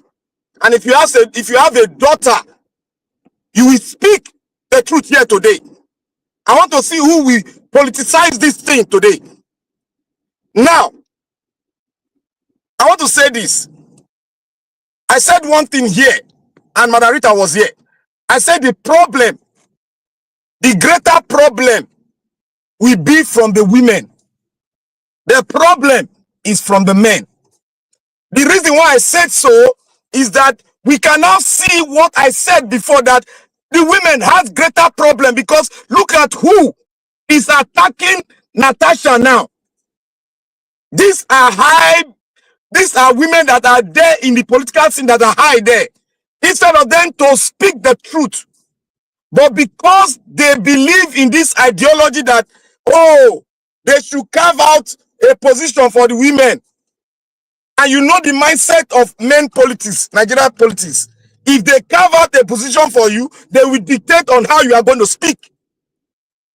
That is why, this is the reason why I said, this thing is equal right. Fight for the position that you make sure that this position, you deserve it and you are qualified for it. That is my belief when it comes to politics. I don't know men, I don't know women. Because the greater works in America here, the greater works, the political fire is from the women. In America here, ladies that, from the young women with fresh blood, they are like fire. Yeah, they are the one raising everything up so that we all can see it clearly. And if you care to investigate, they are speaking the truth. And now I want to say here today that Natasha is a lawyer. She's a lawyer. If you people are, some of you don't know, she's a lawyer. Everything she's saying out there, she knows the reason why she's saying it, and she can defend it from everywhere. And let's come to think about it. Some of you are saying, oh, and you people are still having doubt. You're having doubt when somebody brought a sheet of paper of their conversation. You are still having doubt. Look at the woman leader of APC. I'm not surprised anyway. She's still having doubt to support a fellow woman when she brought out facts Like I said here, Atiku, this one is not allegedly. Atiku, I'm quoting him. He said, if people listen to him, I look at the body movement and I look at the man speaking. He said one thing. He said, I called all the opposition leaders, all the opposition party members, including mine. I called them, speak on it, on issues that they should stand their ground. I'm paraphrasing now. He said, the opposition, I was told by somebody inside there. He refused to mention the name. And you know what Atiku is. He has a very strong intel, more than any of us here. He said the opposition members of different political parties were given 50 million naira to shut their mouth and stay on the side of the ruling party. I said that, yeah, somebody just throw me inside the trash can.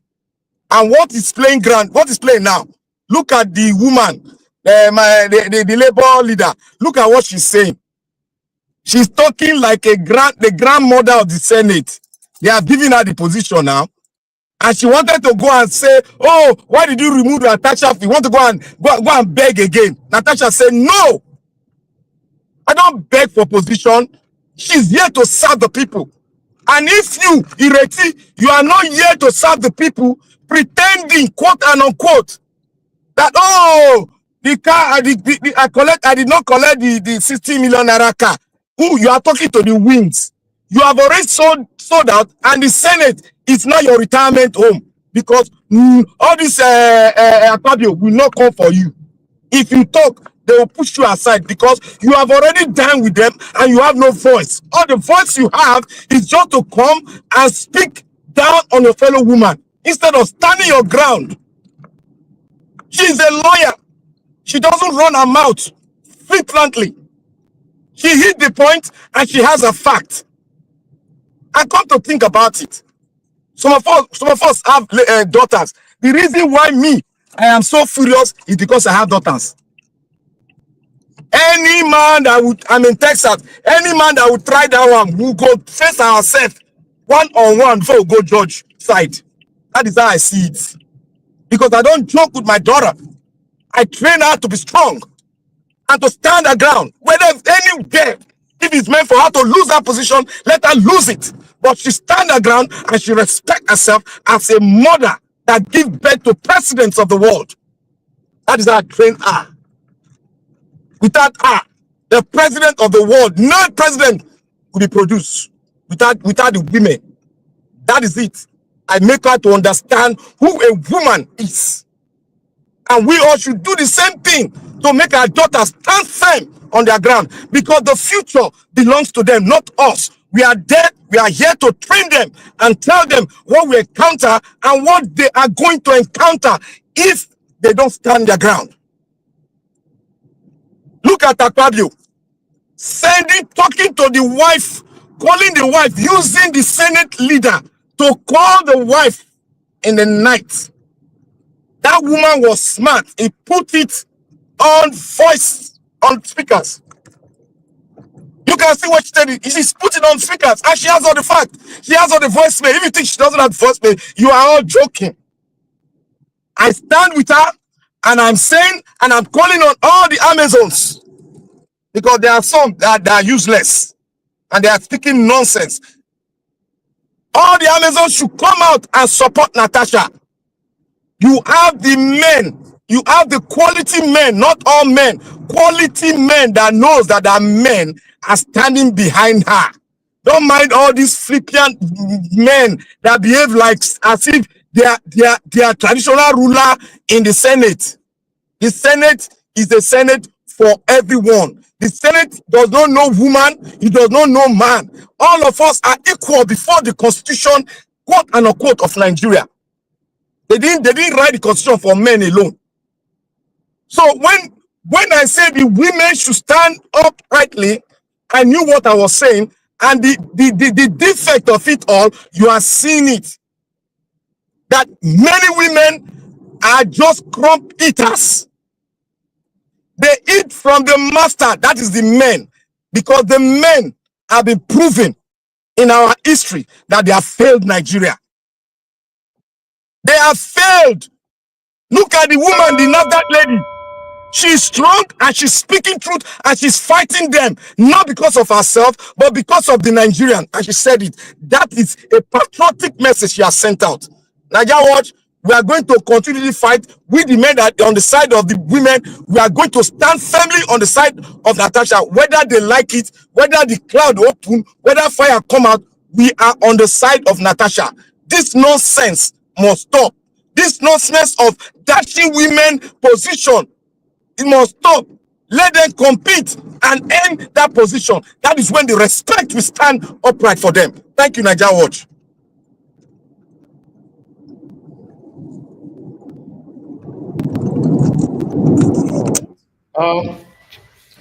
Thank you, Black Panther, for your submission. God bless you, my brother. I appreciate you.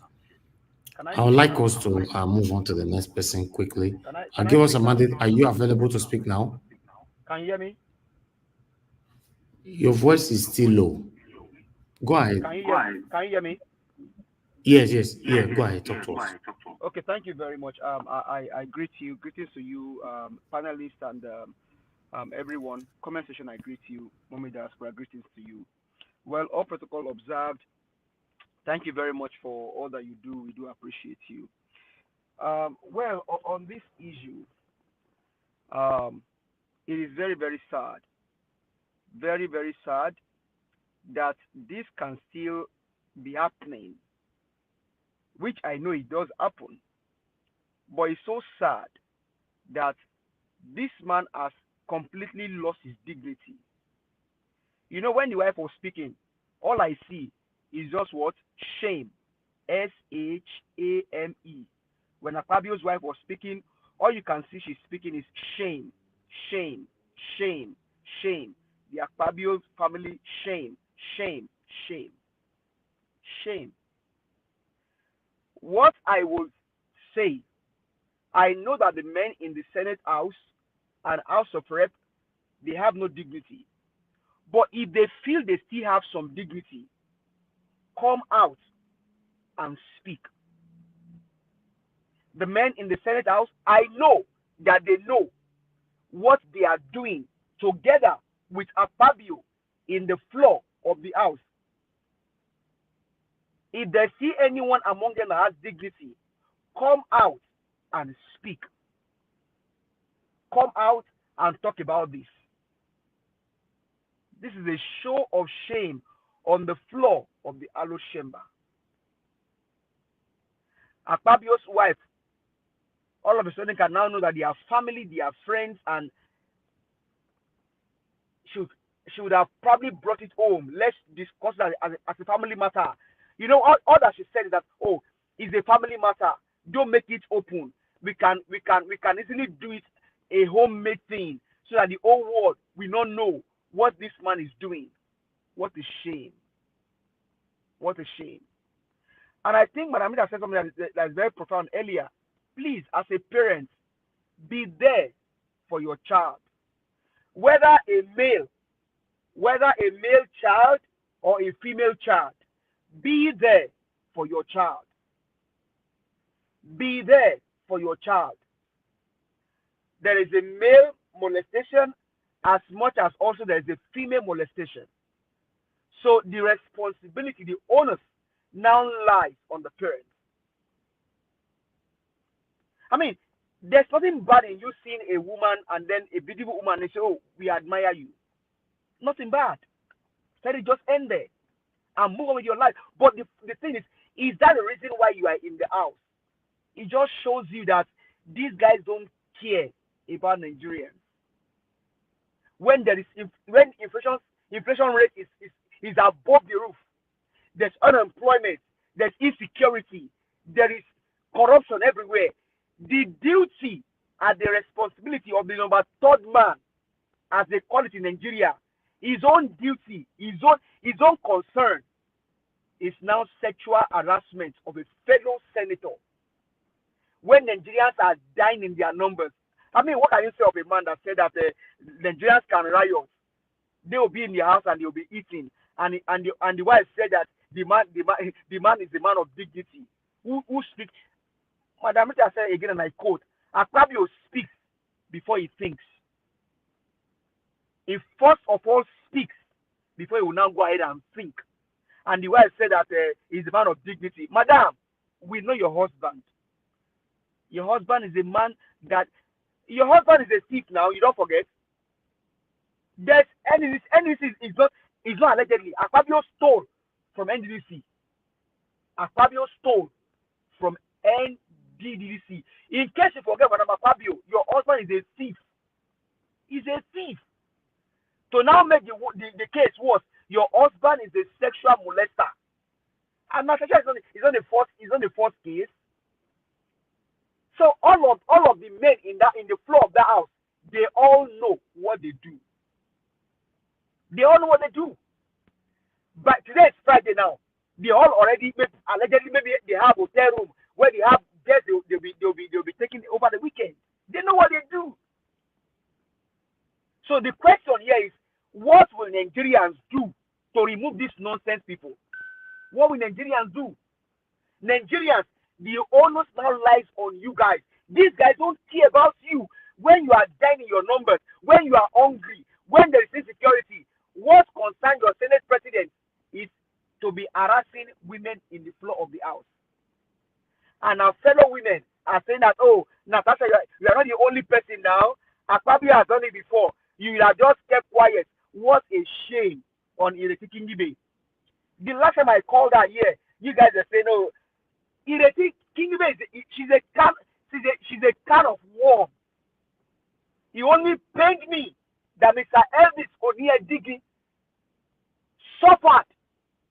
Myself, Black Panther, Dr. T.S., F. Emmanuel, Madam Rita, Mr. Alex, we were all here during the election that brought Ireti Kingibe into the Senate floor. Mr. Elvis had to get someone in Abuja. That man was in the rain because of this woman. Madam Ireti, somebody was in the rain on the day of the election so that you can become the Senate, so that you can be in the floor of the house on Labour Party's ticket. Somebody went everywhere in Abuja. Somebody was in the rain communicating with Mr. Elvis Onyedigi to make sure your own election was not rigged. They didn't rig your election, Madam Ireti. They rigged Peter Greg Obi's election. You became a senator. And I said it here. That vehicle they gave them, they have used that vehicle to shock their mouth. It's a bread. That vehicle is a bread. They cannot eat it, they cannot vomit it. You just shock their mouth. You talk on this, you are gone. You are gone. Ireti, you have got your boarding pass. You are only waiting for your roll call to be made. You are in your 70, man, with all due respect. Natasha is not your daughter. You can only talk about your daughter. Natasha is a fellow senator. Imagine you are saying that Nancy Pelosi is saying that Clover Char of Minnesota is her daughter. Imagine that Blackwater, that Nancy Pelosi will be saying that Clover Char is my daughter, and so she would have brought to me. What arrant nonsense? You are all senators. She has a right. She has a right. But Nigerians, the call to you is, what will you do?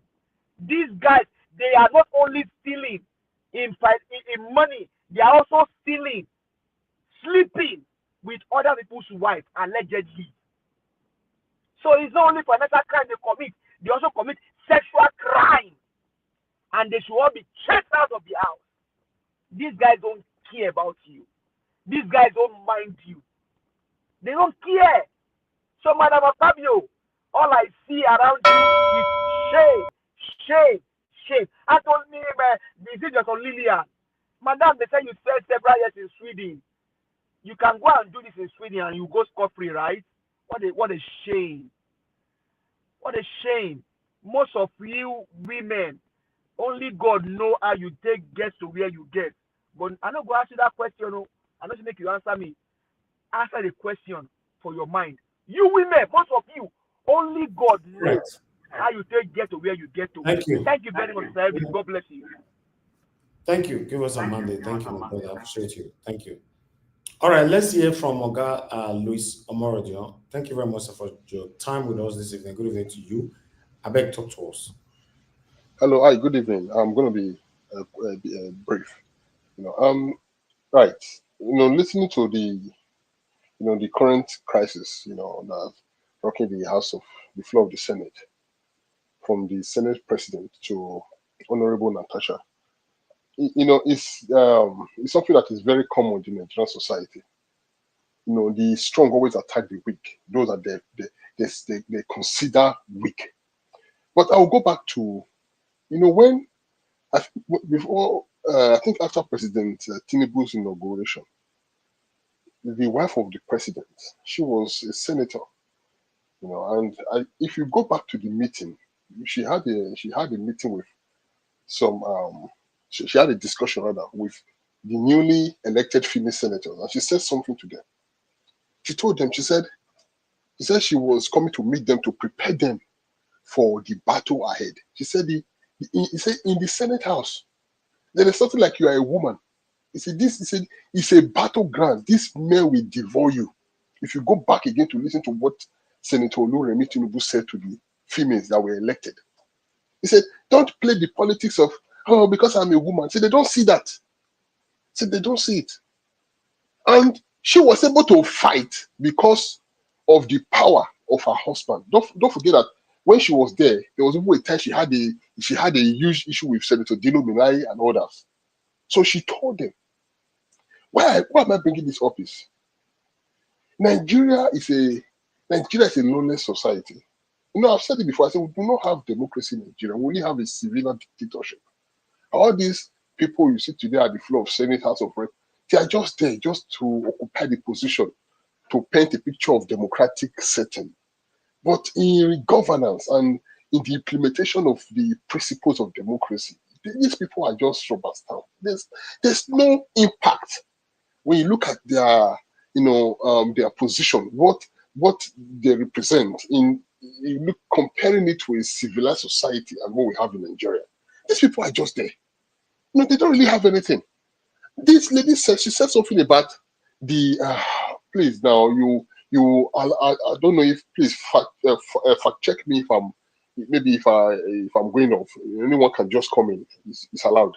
She said something about she was appointed to lead the committee, and when she was appointed, there was no money in the account, and she actually read the account number. She said people should go and check. She said, but at the time she took over the committee, she made sure that the money that was spent was only spent to acquire printer, because they didn't have a printer. That she made sure that no money was spent for her own personal purpose or for those that were part of the committee.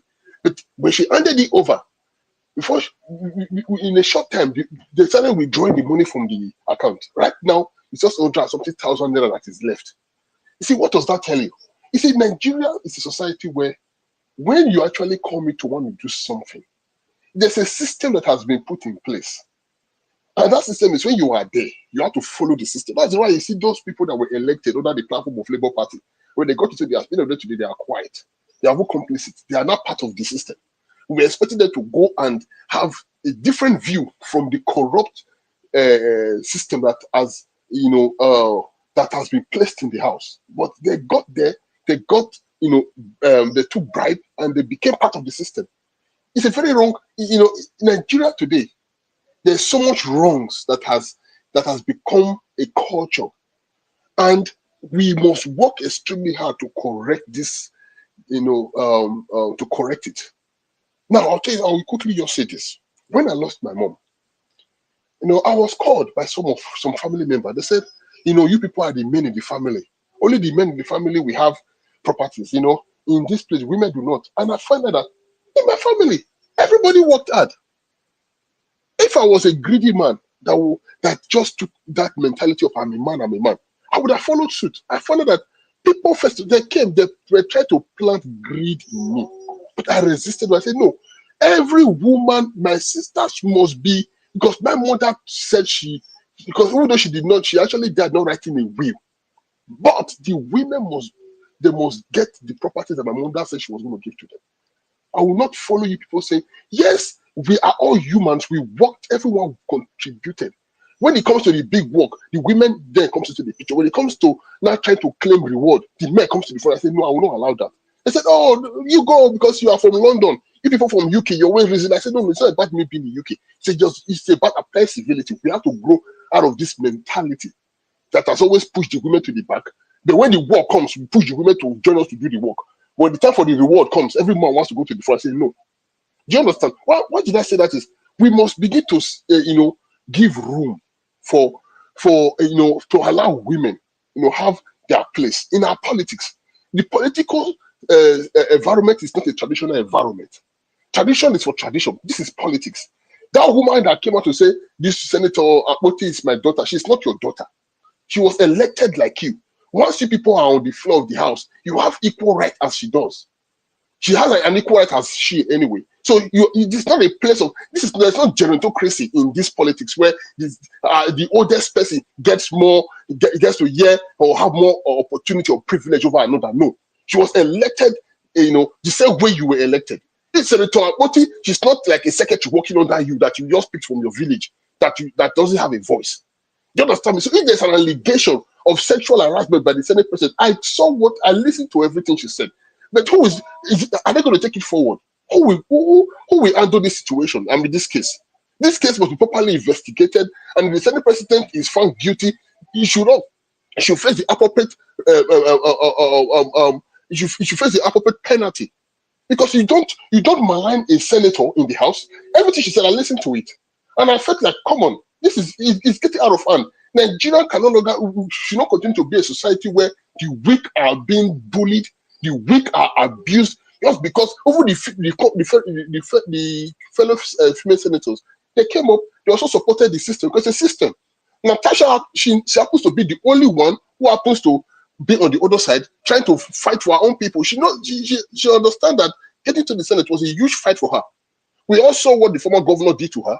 We all saw the battle she faced in the past. So she's always been, she has been on that place of continuous attack. So she knows where she's coming from. Do you understand? But you see, like I'm saying, it's still part of the Nigerian system. The weak are bullied, the weak are abused, and then this whole thing, trust me, weak is just going to be something that will be swept under the carpet. Life goes on. Nothing, I'm telling you, nothing will happen. That is the Nigerian system. Are we going to continue like this? A system where there's no rule of law, where there is no mutual respect, where women are being abused, where women are not given the right, until we begin to give room for women in Nigerian politics. Trust me, like this young man just, I think his Black Panther give us our mother earlier stated, women should be given more opportunities in our politics. Because the men had opportunity in the past, since independence, and they ruined almost everything. Look at NAFDAC now. Look at what this woman is doing. We also what Professor, the former professor, the late woman of blessed memory, what she did in NAFDAC, and now we are seeing what this woman is doing right now, and also the threat also, she's facing over she and her family. That is the system. Nigeria is a lawless system. For you to stand against the ruthless system of the Nigerian politics, trust me, you must be ready to stand on your feet. I just pray that you have backups, because the heat is going to come back. It's like you standing in the den of wolves, standing alone in the den of wolves, because they're going to come back and they will hit you hard. It's extremely hard. So what I believe what Natasha is going through is just a tip of the iceberg. There are so many things that she cannot say in the open. There's a lot happening. The sexual harassment, that is very, very unfortunate. I mean, for the Senate President to hold her hand, taking her around his building, even when the husband was walking behind her, and still making such, initiating such a discussion with a married woman, I do not understand. That is so disrespectful. No married man will see a thing that happen to his wife, knowing that this is someone you regard as your friend. I mean, I don't understand. Let's take politics aside. This is something we know happening on a daily basis. Some people just take advantage of their position to abuse another, think you can just take whatever you want for yourself to suit your desires. We see that all the time.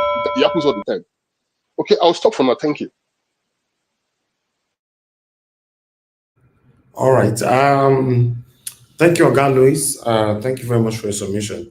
I noticed that those of you that normally start your conversation by saying, okay, I'm not going to stay long. I'm not going to stay long. You always speak even more than long. For the past 78 years, now Salo is still the talk for years since 78 years.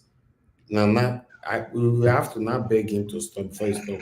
But from beginning, I'll pay for the inconveniences. So I'm so sorry. Thank you very much for your submission. All right. Give us a Monday. You're back on the backstage, right? So okay, yeah, bring you in now. Okay, let's hear from Oga CM. Then I'll come to Oga F. Emmanuel before Madam Patricia. Oga CM, it's good to have you on the show, sir. How you see this matter with the grant about your Senate president, sir? Good evening to you. Hey, Naija Watch, good evening. Good evening, everybody. Please, all protocols duly observed. Okay, for Akpabio, Akpabio shouldn't be a senator, at least now. Just like I am, I did not take form to express my interest. Therefore, if you hear tomorrow, CM na senator, you go say, but I know by form. Nigeria is good at making laws. We make law. That is not our problem. We have but to enforce it. So you see the consequence of Akpabio shouldn't have been in the Senate. You see, in all this drama, soap opera, I may call it, it's still developing, let me just say it. It's developing. By tomorrow next, we're going to hear different direction. But one thing I'm quite happy is that Natasha has involved the court. So more evidence will be unveiled. We will hear more evidence. But one thing that the wife of Akpabio said, which is instructive, make we know sort of underrate them. He said Natasha's husband, na their family friend before he marry Natasha. You see, men I don't forget that too. He said na their family friend, and even now they still. Now, this reminds me of Obasanjo's case because we are bringing different perspective. There is I've just condemned Akpabio, at least somebody in public office, even if the fact that they moved you wanted to be president, you buy form for presidential nomination, you couldn't make it, you should have gone home and then rest. But Tinubu, in their crooked way, they bring you in because they want to give you Senate. Even when you didn't buy form, promoting somebody, giving somebody a course to go and study in the university, when the person didn't write JAMB, which means he no show interest. You just go lift them from house, say, yeah, take admission, go and study this course. It could be disaster. So that's what we are seeing. Now, this reminds me of Obasanjo and his son. When Obasanjo's son, I think Shegu in those days, he said, make him papa leave him wife for him now. Make him papa come out hand for this in wife. He didn't just say it under affidavit, in court, a swore to affidavit, implicating that the father, President Obasanjo, is having an affair with the daughter, with his daughter-in-law, in other words, the wife of his son. The only thing Obasanjo uttered, or one time they say, I told Shegu not to marry that girl. But he no tell us why. So I want people to bring this thing back. Natasha's husband is a friend of the Akpabio family. That thing, person go take and get PhD. If you begin dig into it, a lot will come out. All these things Akpabio, then they thought he just smoke screen. What gave Akpabio the audacity, the effrontery, the temerity to the ring a senator at that unholy hour of the night? No wonder they say night and sin is like a siamesial twin. He ring him through what is it called? This Michael Bamidele Opeyemi. Now those two people. Why? Because Akpabio has underrated the man. If he say after all, no be me, maybe let us put this thing because Sonny Ade sang music. Now is the best Sonny Ade track where I love. Maybe you go play him Aroko Pelu Yawo. Ayomima Komima Shiri. So give us a mandate tonight. We go interpret. So who knows what has been going on prior to this day? A lot will come out. The fact that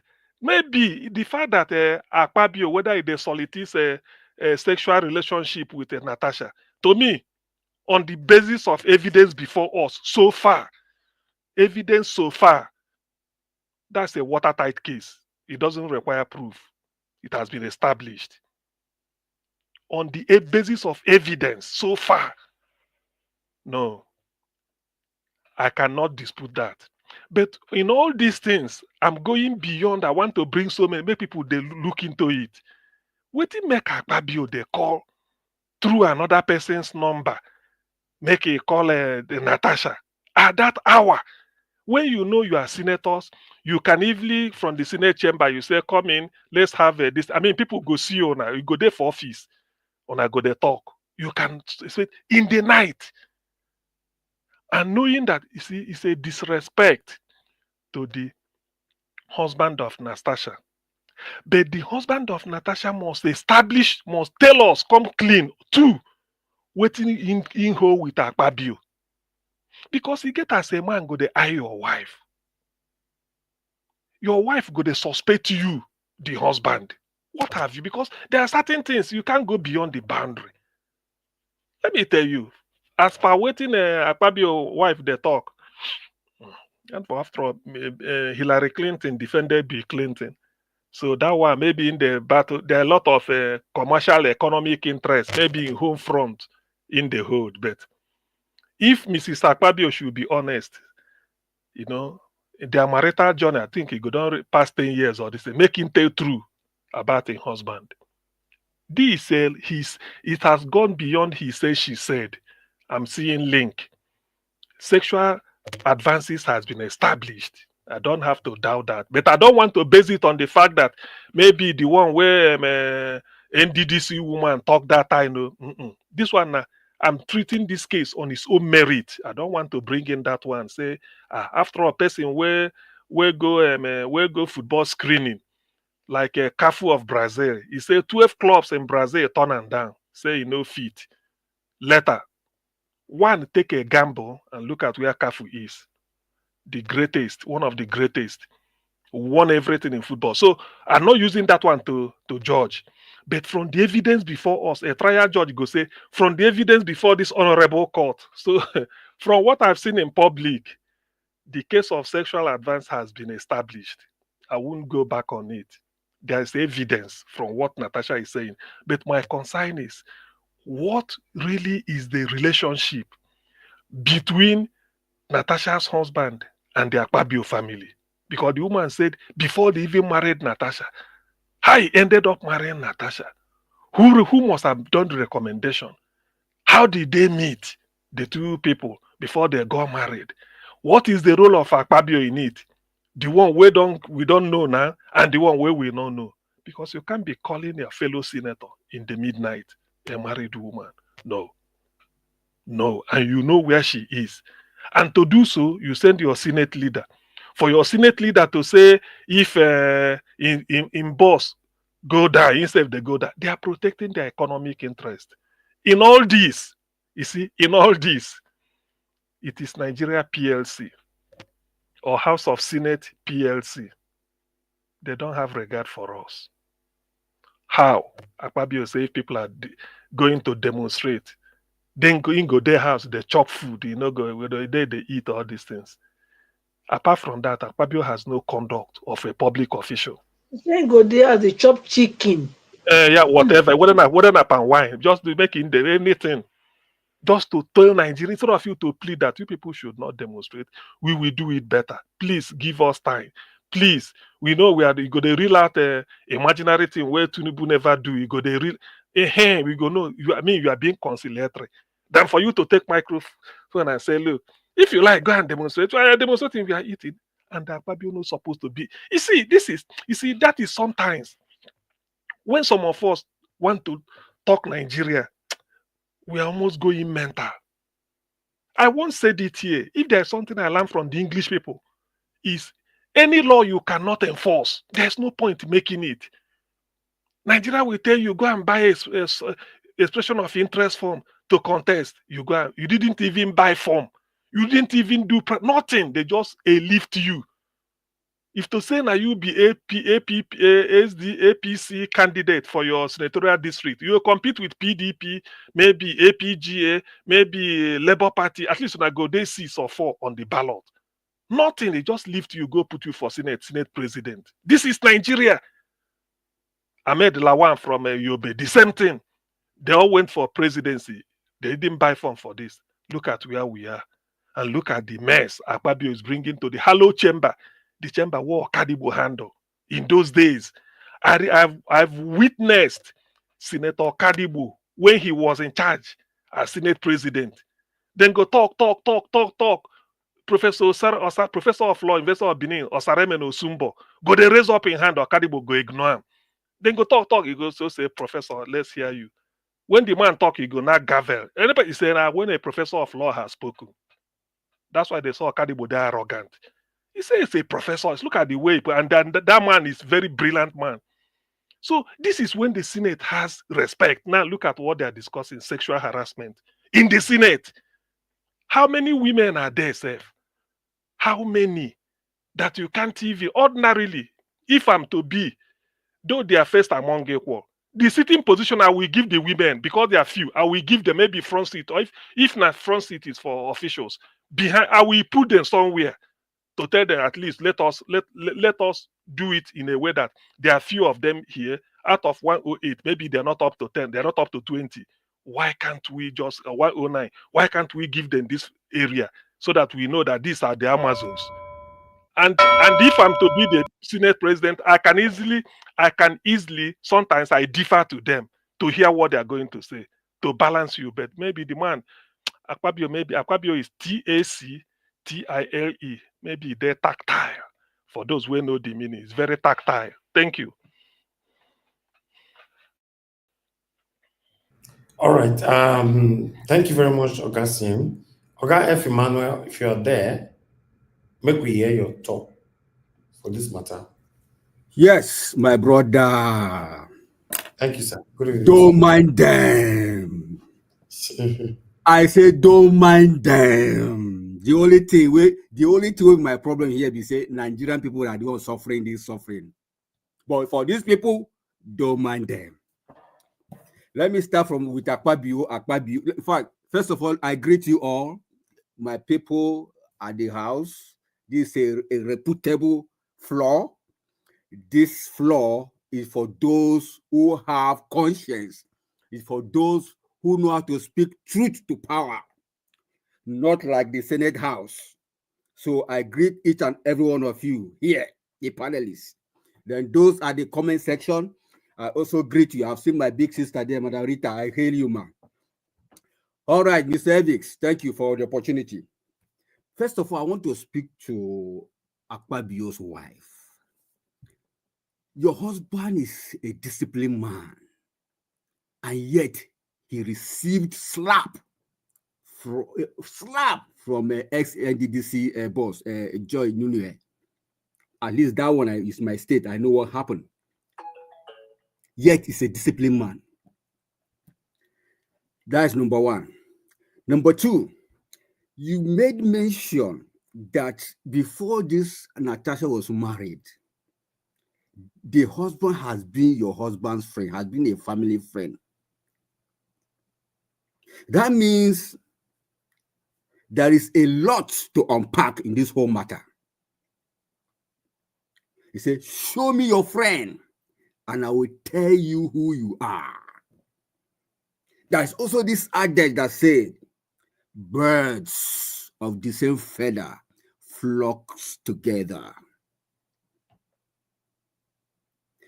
I guarantee you, Natasha's husband knows the man, Akpabio, even more than Natasha knows him. He knows. He knows him very well in and out. Maybe both of them have been in this same business of exploring the genital system of women. Let me use that word. But at this point in time, the guy won't collect one mouth. But unfortunately, he hit the rock. He went with the wrong person. So they say a wise woman builds her home I expected you to call your husband and tell him, for the sake of our name, please resign and follow this matter in the court until when you are proven innocent, then you can be reinstated. If you are honorable, if you know your husband is well respected, well disciplined, how you guys want to keep that name, please, the only way to show that this man is innocent, to show that this man is disciplined, is for you as a wife to advise him, please, can you resign pending when the matter in court is ended and you are found innocent. Then you can, or you may be reinstated. That's how a good woman thinks. Not for you to come here and come and tell us fallacy. I don't want to say lie. Fallacy. Knowing fully well that behind you're busy weeping. How many women your husband is collecting one. So that is it. So do not pretend to cover evil for evil. Remember, he that covered his sin shall not prosper. But he that confesseth and forsaketh shall obtain mercy. It's as simple as that. It's as simple as ABC. That should be a role as a wife in the house. Because whether you like it or not, the man has a problem down there. That is the truth. It's obvious. So I thank God that he met the strongest woman so far in the floor and has resisted him. No wonder the former British Prime Minister David Cameron said Nigeria is fantastically corrupt. That word fantastically corrupt, that means all ramification. Is it financial corruption? They have 100%. Is it legal and judicial corruption? They get them. Is it electoral corruption? Now grab and carry and snatch and run with it. They are known for that. Is it even religious corruption? Everywhere. Churches everywhere. All corruption. Whether we like it or not. This matter, 90% of women in Nigeria are backing Natasha. And we'll follow it to the very end. Nobody will go scot-free in this matter.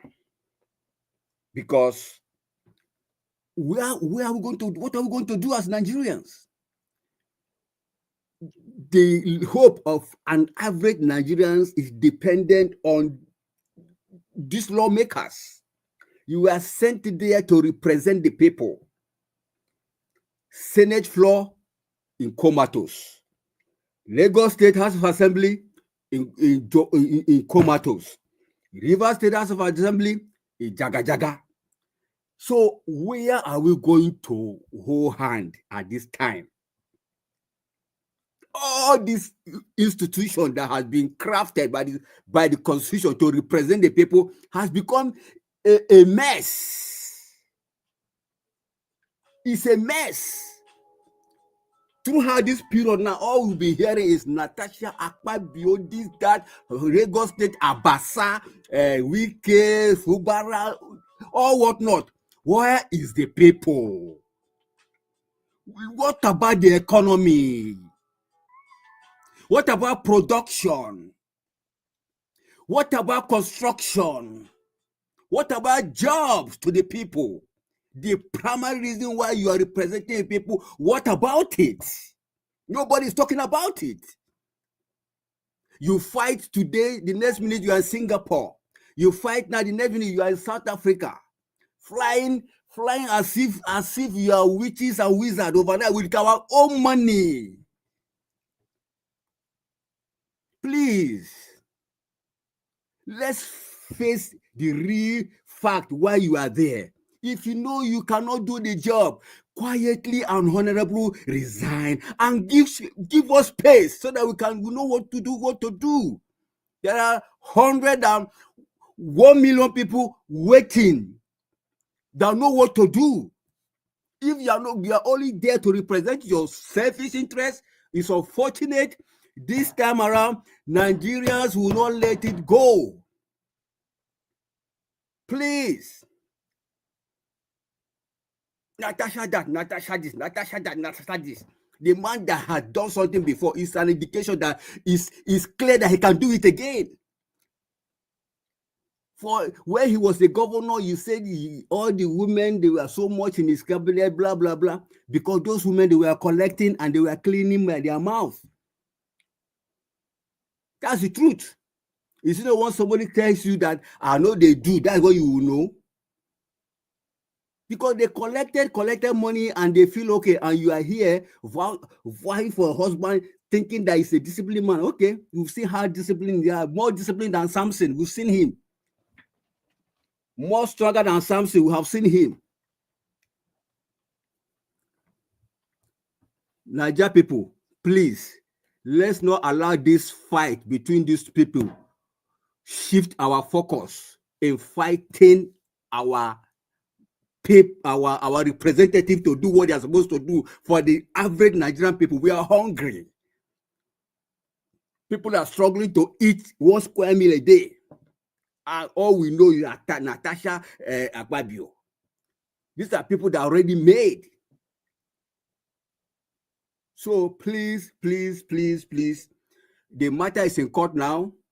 Let them go and sort out themselves there. But the truth is that there is no smoke without fire. The lady has come out and she has said her own version of the story. The man come out not to send your wife. When you were holding her hand, it wasn't your wife that was holding her hand, showing her around your edifice. It was you in person that held her hand, isn't it? So come out and say your own side of the story, so that we will believe you, Mr. Evix. Now, say I take talk and reach. Etumuleke bouquet. Don't mind them. Thank you, sir.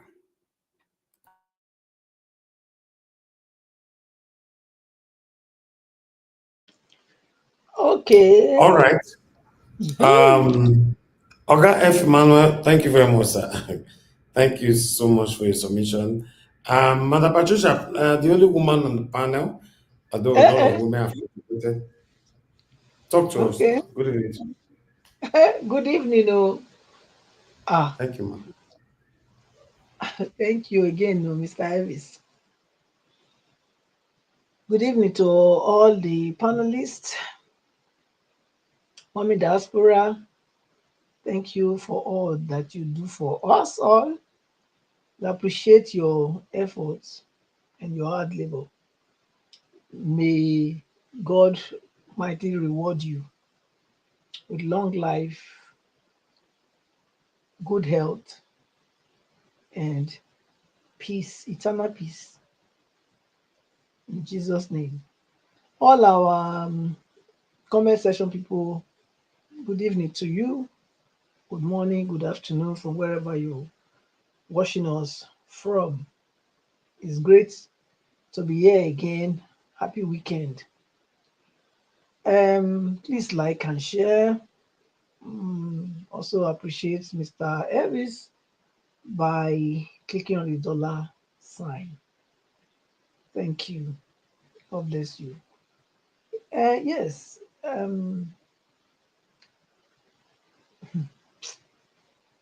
Now, you know, when this whole saga first came out, when Natasha accused the Senate president of what we all now are discussing, when that was when she was not allowed to speak, and then Senator Akpabio came out to say that that this is a woman that came, through the courts and not in the same time with her peers. And the very first day she came, appeared at the Senate, she raised a point, she raised a motion, and she was allowed to speak. Not knowing what the regulations, rule and regulation of the Senate are.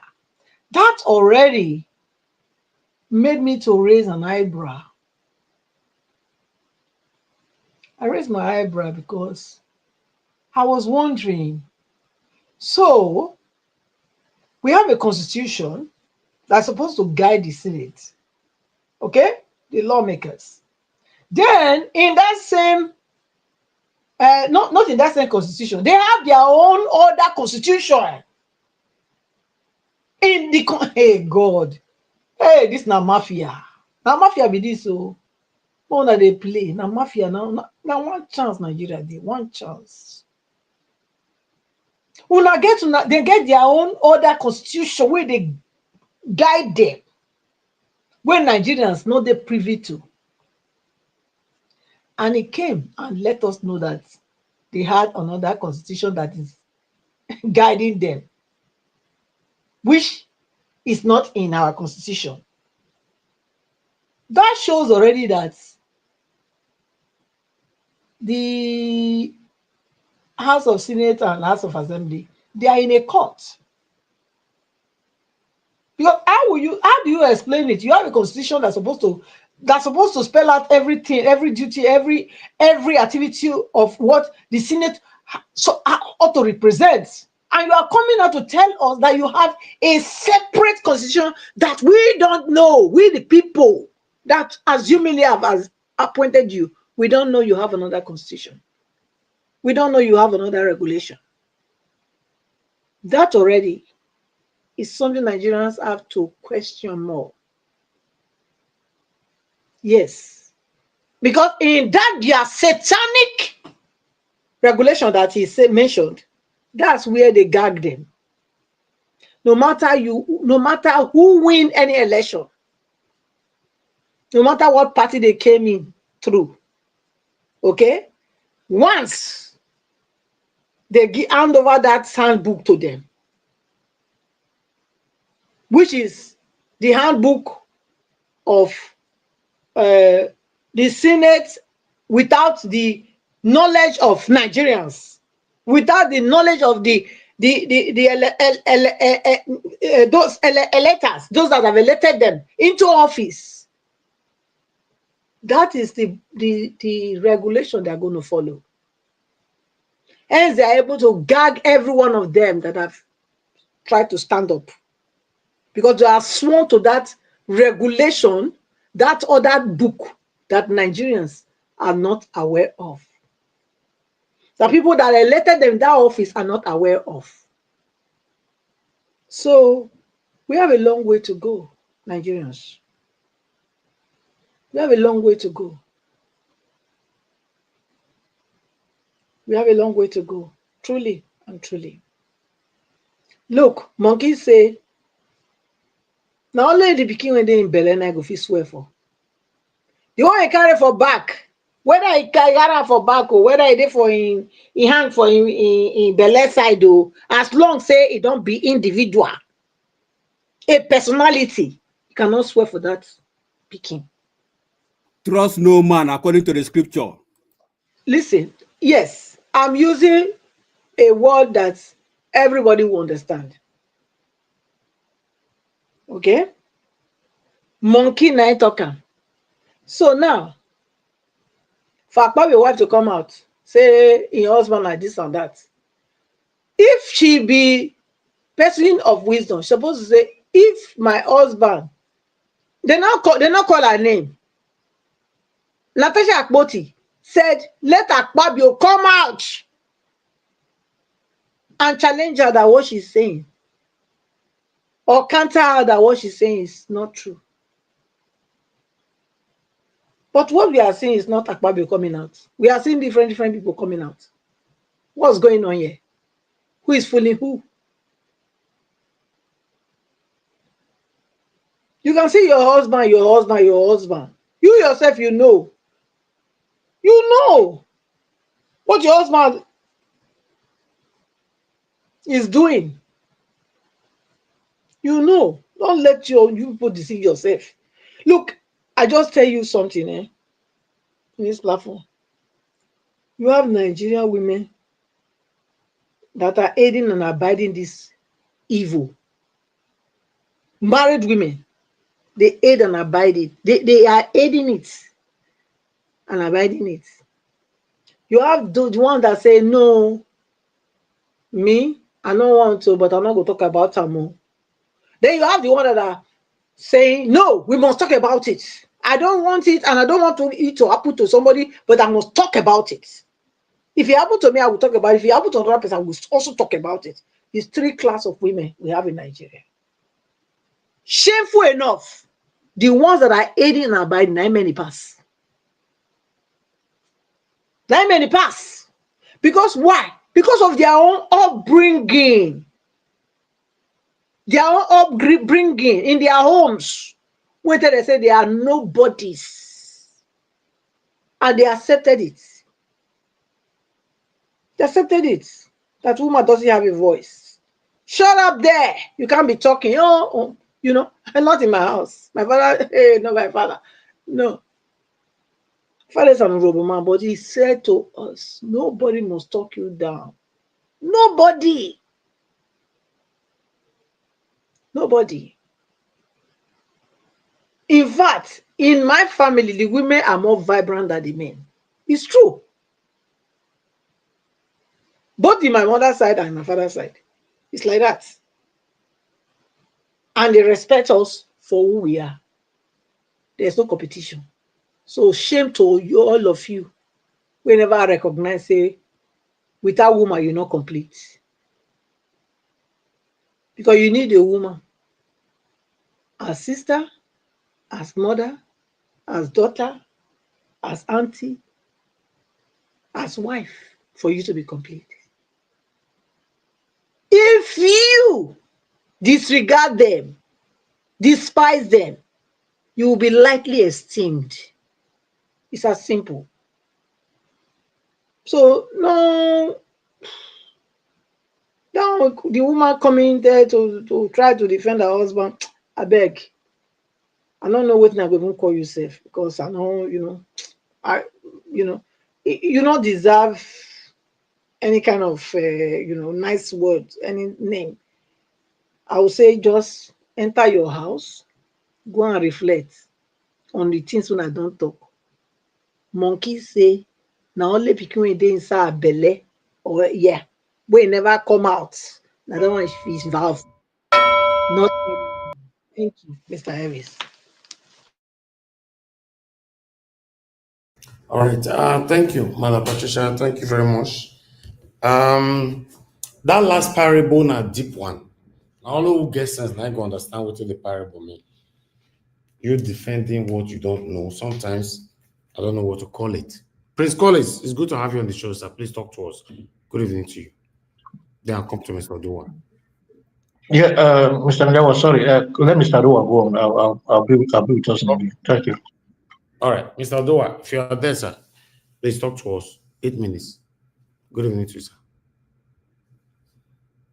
So, Mr. Dua, you are not there. I'll come back to both of you again. But then your minutes is drastically going to be reduced to just 5 minutes final submission. Both your first and second. But let me play this video. Aisha Yusuf responded to this. Let's listen to her.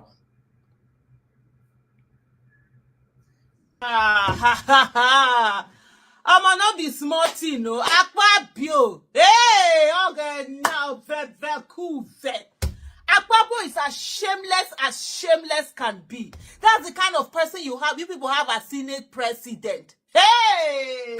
What am I? I'm not surprised. I'm not surprised. Because first of all, when his aide was writing about, oh, she's wearing transparent cloth, she's rubbing pancake, because it has to do with sexual undertone. So apparently Akpabio wanted to sleep with Senator Natasha. And please, those of you that will come and say it's a word against it, this is not the first time. Remember the other time, I think it was MD of where she had to slap Akpabio and she was accusing him of the same thing. How dare he? What kind of nonsense is this? You see someone, you see women, married women, you're going after them, you're punishing them. So we've not finished dealing with sex for grades. Now what we are having is sex for motion. For your motion to be read on the house because you're a woman. Is that the way he also sleeps with a male senator? Because I need to know. Does it go both ways? Is he bi? Does it go both ways? What kind of nonsense is this? Anytime we are talking about women issues, people will be telling us all sorts of nonsense or whatever. And this is to tell you how common this is. A lot of women, this is the craziness they go through. Just because they want to do their job, some useless, good-for-nothing he-goats will be out there just waiting for them. Small thing, then somebody, is that how she talks to her husband? Is that how he talks to his wife? Is that how he talks to his wife? Hey, okay, now, oh, if this was Nigeria, oh, what kind of senators do we have? Slaves! Slaves, all of them. Akpabio is using them to do people. Somebody that you people will sit down and impeach. Impeach the freaking hell out of him. Nothing will happen. Nigeria, nothing will happen. Nothing. But we have cow. Oh God, I just see this man. Since I've not even been online. I just finished my exercise. I finished my this thing. I said, may I go online? Now the sister says, so now sleep. You want sleep it, and she no agree sleep. He said she should take care, kill you there. He take your me man or better or be your ara. Only take care. What kind of making now?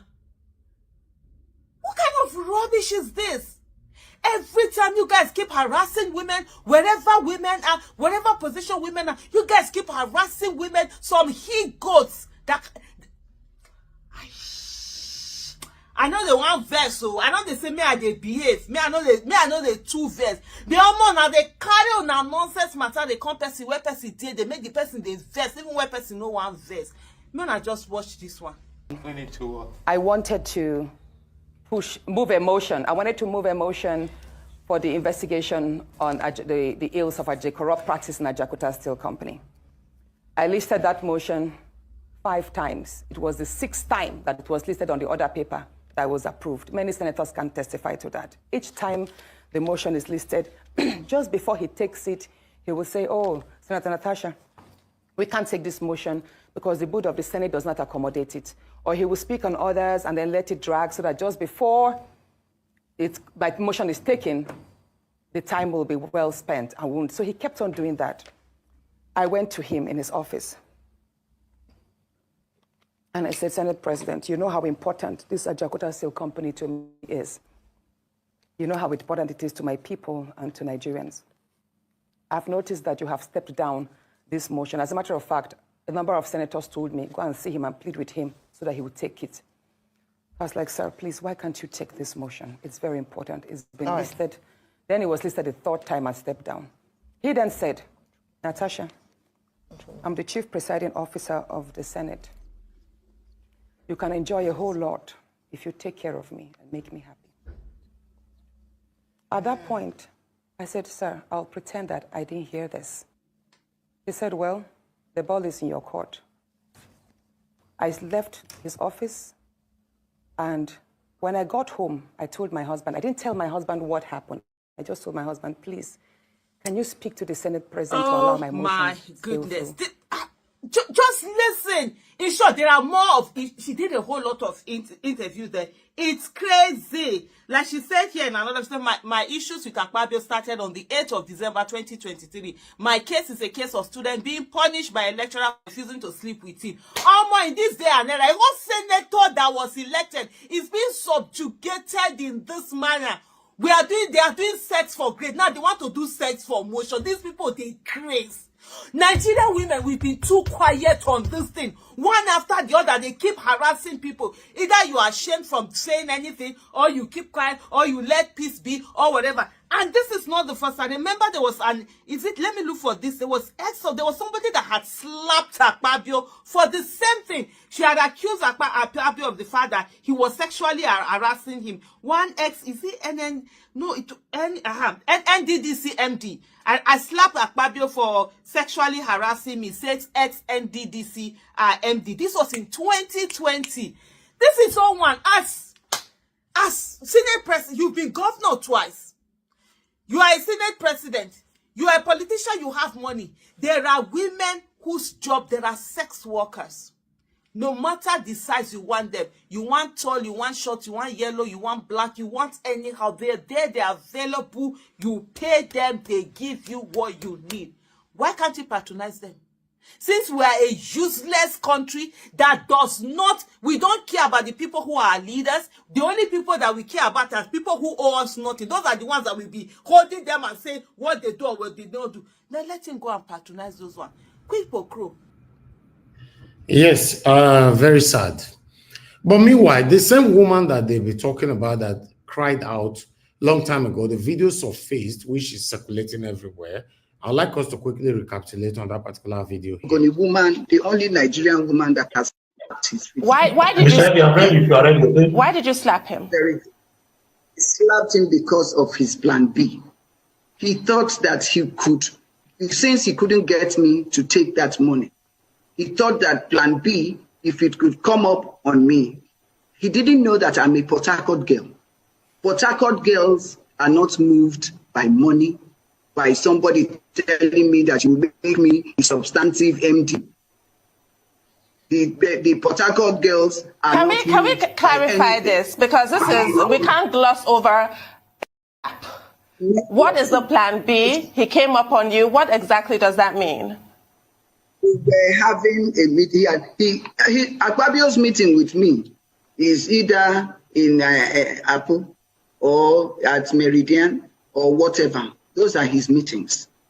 I slapped him. Well, Joy, are you accusing Senator Akpabio of attempted rape? Is that the point you are making? Harassment sounds better, not rape. Okay, so you are accusing him expressly of harassment? Yes, I am accusing him.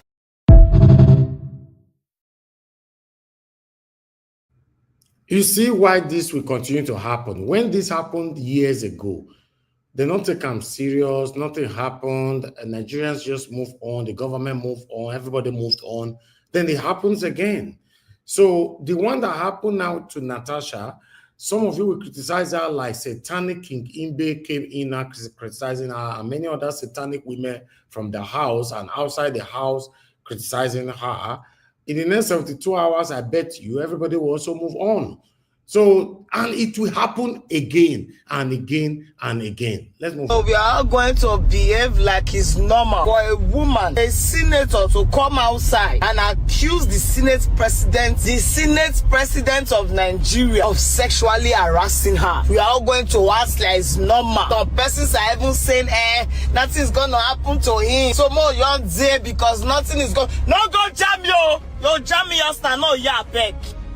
I don't want your verse, but why are these women defending him? Because if I talk outside, why are they defending him? The Senate president has not even come outside to say something or issue an official statement from his office. He doesn't rate Nigerians. Like, I don't want to do. Last na cha online. Everybody go enter house. My problem now not be saying not rate me. My problem now, why these women? Madam Ireti, please sit this one out. I have huge respect for you, but please sit this one out. Don't come and say Senate is not a place to discuss trivial issues like seat arrangement. Your fellow woman is saying that they are victimizing me. Maybe the seat arrangement is from a refusal to have sex. So I have no rights to call it trivial. The wife they come out, my husband is so disciplined. The one where we they hear they talk every day. So much for discipline. Man, no, defend nonsense. Allow him to come and defend his team by himself. The former NDDC boss said he loved them slap when this same Akpabio tried to touch him anyhow. This is not the first sexual allegation against him. You women should sit it out. I heard they shame us at the Look News. Once I don't promise my followers say the rest of this week I know shout. If not, pwah on her face. You all disgust me. At least give her benefit of doubt. Make it talk the truth. Then she don't fight. She don't go court. A woman now is crying out. We should listen, because if this is a thing in Nigerian politics, it's a problem to even our generation unborn. We've done sex for grade. Now we sex for motion. If you don't sleep with me, you know if you can. That's nonsense. It's nonsense. Since they pay me and nothing talk, or good they kill now. All right. That's all I have for you guys today. So we're going to have our final submission right now. Those of you that could not give your submission earlier on, you are entitled to your 5 minutes, but the rest people we're only going to do 3 minutes instead of 2 minutes today because of the topic. So, but I would like to go straight to as I have them right there, get them for the panel. You know, Augustine, you are the first. I don't review. No, you're not ready that time. Supposed to be the what talk.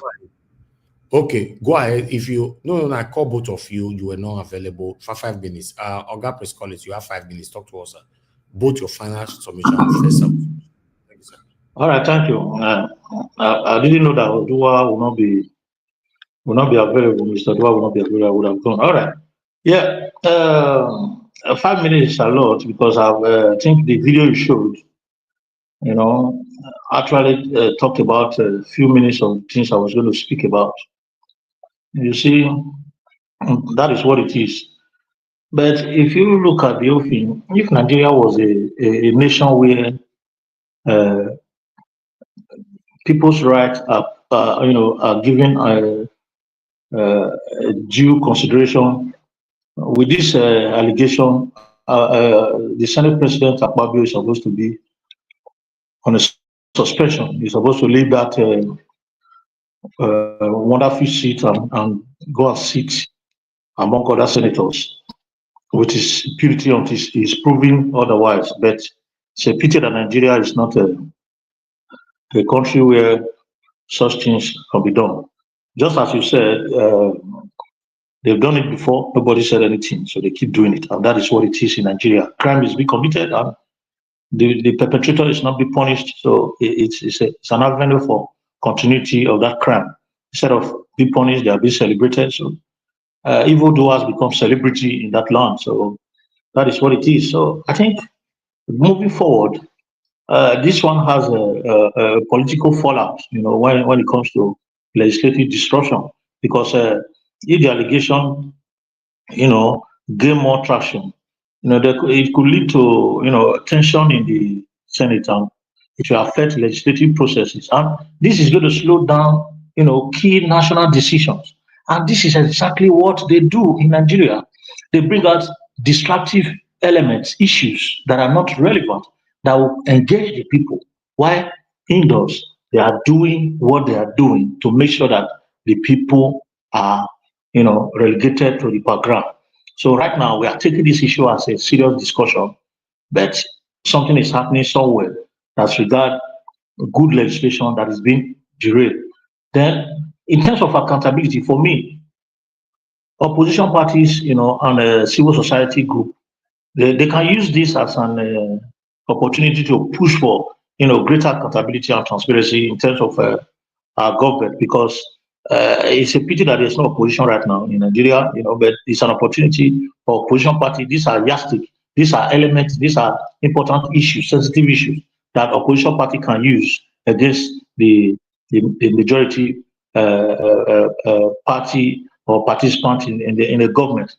Then when we talk about potential investigation, I think this one would have been very, very important if pressure is mounted on the Senate, to enforce agencies that might, forced to conduct an official investigation which could, further polarize this issue, and it's going to lead to disruption in the Senate, and it's going to lead to division right now. This issue is going to grow more.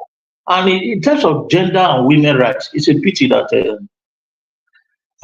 women rights organization they could not do anything in this now. And this is what they can use, to highlight workplace harassment and gender equality in Nigeria, because I think it's a big issue in Nigeria. This issue of gender equality and harassment of weaker sex. Nigeria should look into it, because this will discourage, women, female participants in politics, to participate, and it will dismiss them without proper inquiry. If we could discourage more women from activities in engaging in politics, if we don't look into this kind of issue, it's going to discourage more women, and we need more women to participate in our politics right now. But it also has effect on Nigerians who have already, had low trust in our political leaders due to corruption and government failure.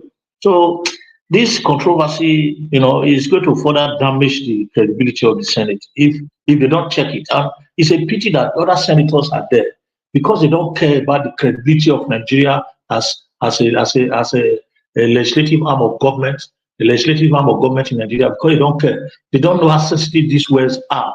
These words will go far, and it go to foreign nations and other part of the world to explain how deep Nigerian men are corrupt and are wayward to the extent that they don't even respect their women. So I think for me, it's a national controversy on sexual harassment, which is supposed to take a serious tone, and this could, kind of spark broader discussion on sexual harassment in workplaces, which is very important, because it is because this is a Senate. That's why this issue is as if it's a big issue. Look at other workplaces like lower offices and all that. Women are facing this corrupt activities by men that call themselves leaders of our country, and this is an issue that should be looked into. The government, if the government of Tinubu is upright enough, they should make sure that the Senate temporarily go on suspension, and they should look at the issue and make sure that relevant areas are being touched as this case is concerned. So for me, overall, it impacts on how serious the allegation is being taken, whether they are going to lead to concrete action or no, and that is what is going to tell whether it should repeat itself or not. So thank you very much, Mr. Najawash. It's a pity. Thank you very much, sir. God bless you, sir. Thanks for your submission. Yeah, it's a pity, big one, a very, very big one. Mr. Dua, if you are there for the second time, sir, your 5 minutes. Thank you, sir. Thank you. Good evening, Mr. Najawash. Good evening, sir. Good evening, everyone in the panel. That's what good evening, man. Commenters, listeners, and viewers. I greet everybody. Well, I take my talk from the video that shows Akpabio's wife, that the husband of Akpoti is their family friend. But if something like that happen, supposed to be settled as family, or her husband could not try that because the husband of Akpoti could not change his behavior, or someone might have thought, go and say this, go and say that. To my Edo people, Mr. Dua, no, Mr. Dua, sorry that I have to cut you short. When you say you take your thoughts, I don't understand that. You mean you supported Akpabio's wife that they're supposed to have settled this amicably within the family, right? Oh, I'm bringing my submission from the view of what she said. That is why I said I take my thought from here. Okay, take it. Okay, but you are not supporting it that they're supposed to have. No, let me. I'm okay, using. Okay. Right. Thank you. So my Edo people said, no one, meaning the person that knows you is the first person to damage you in the front position of war. So nobody should ever say, because it's a family friend, my husband cannot do that. No, it is because the man we obviously have advantage to do that because they are very close. Those people that are giving, pregnating another people's children in Nigeria, most, if you check, they are friends. Even some, they are brothers. So it is better family friends or no family friends. Who is a dog is a dog. And who is she-goat is she-goat. Or who is he-goat is he-goat. So the thing is, people in Nigeria or in Nigeria especially, we feel that we are so superior. The men feel that they are so superior over the women. And that is why some women will feel that, men, whatever men says is what they follow. No, life is not like that. The senator from Ireti Kingibe, or whatever they call her, said she's the one telling this person, do it like this, do it like this. Telling her, Akpoti, and you take her as your daughter. Well, even if it is your own daughter, it's a senator like you. A moment he come to that seat, it's no longer your daughter. Because you are there to work, not to be family, not to be father and mother or daughter and whatever. No. You are there to stay on your positions. And the other person is there to stay on her position. This is my view. The purpose I am here is what you have to bring out. Now, people will say, and the instruction there is no instructions that got the Senate that here must be your seat. Because when a Senate with a position there, they did not write Edo State chair in that chair, or Kogi State chair in this chair, that, or Abuja State, or Abuja headquarters in this chair. Neither will people say, when you come, you are a minority, so go and sit here in this position. The principle there is just, you have to. No, because whenever I hear the minority group, the majority group, I laugh. I look at people, I say, these are ignorance of people, because you did not go there as a minority group or majority group. You go there because your state has a problem that need to be solved, and nobody should condition you to any seat apart from those seats you given to those you people call the executive among you. And the executive among you, because it's just a senate like you, just because you respect and say, okay, let us put ourselves in order. Apart from that one, there is no other chair that they will condition anybody to and say this is the majority share or this is minority share. No, all of you went there to bring the problem of your state to positions. So let people begin to have sense and know the purpose of them going to that position to serve. Because Ireti Kingibe, the way she was talking have shows that these people don't even know the purpose of them there. And the place now they have, when is because she mentioned a comment which is very profound and shows that this woman did not know the reason of being in a position. He said, if it is issue of privileges, where the man is now in his office, did your community vote you there to go and meet the man in office? Did your community not vote you there to go and bring their problem out to Nigeria to know, so that it will be solved by the Nigerian? It is not Akpabio that want to solve your problem, because the money that Akpabio is going to appoint for this thing is not from Akpabio pocket. So because this woman did not know the positions she's holding, she did not know the right. That is why she's seen herself as a woman, and that is why she wants other people to follow or imitate her that way. No, the person have right to sit in any other seat apart from that seat they call the chairman or Mr. Senate President seat. Any other seat on top of that chamber, the person have right to sit there. You cannot condition you and say you are not minority. From this seat, you cannot talk. From that seat, you cannot talk. That is where people are supposed to understand and say, no, enough is enough. If you people have been doing this rubbish need to stop, because we did not vote this person from a seat. We voted him to come and represent us, and you should not condition him to any seat before he can talk. Our problem. Because this see, everybody will just beat around it and beat around it and beat around it. No. People should begin to know. That woman who said, whether it's from the other, the one they call doctor, the other one is they are asking you a question. This kind of whether Lele Willie or something like that, Lele Willie, if something like this, as a woman leader, how are you going to? He said they need to write her a letter. That's to tell you that the people you people are calling honorable, they are horrible, because honorable know that this thing we're supposed to take legal action of it. You are not saying they should. All these people are a bunch of jokers. So it is unfortunately that our people don't even know the do their own duty or the purpose of their going there. They just think if you go there, they begin to give you money, they buy you SUV, then you silence your mouth. That is all their problem, and that is what they believe. That is why when they go there, they don't know their duty to serve. Well, thank you, Mr. Najawo. Thank you.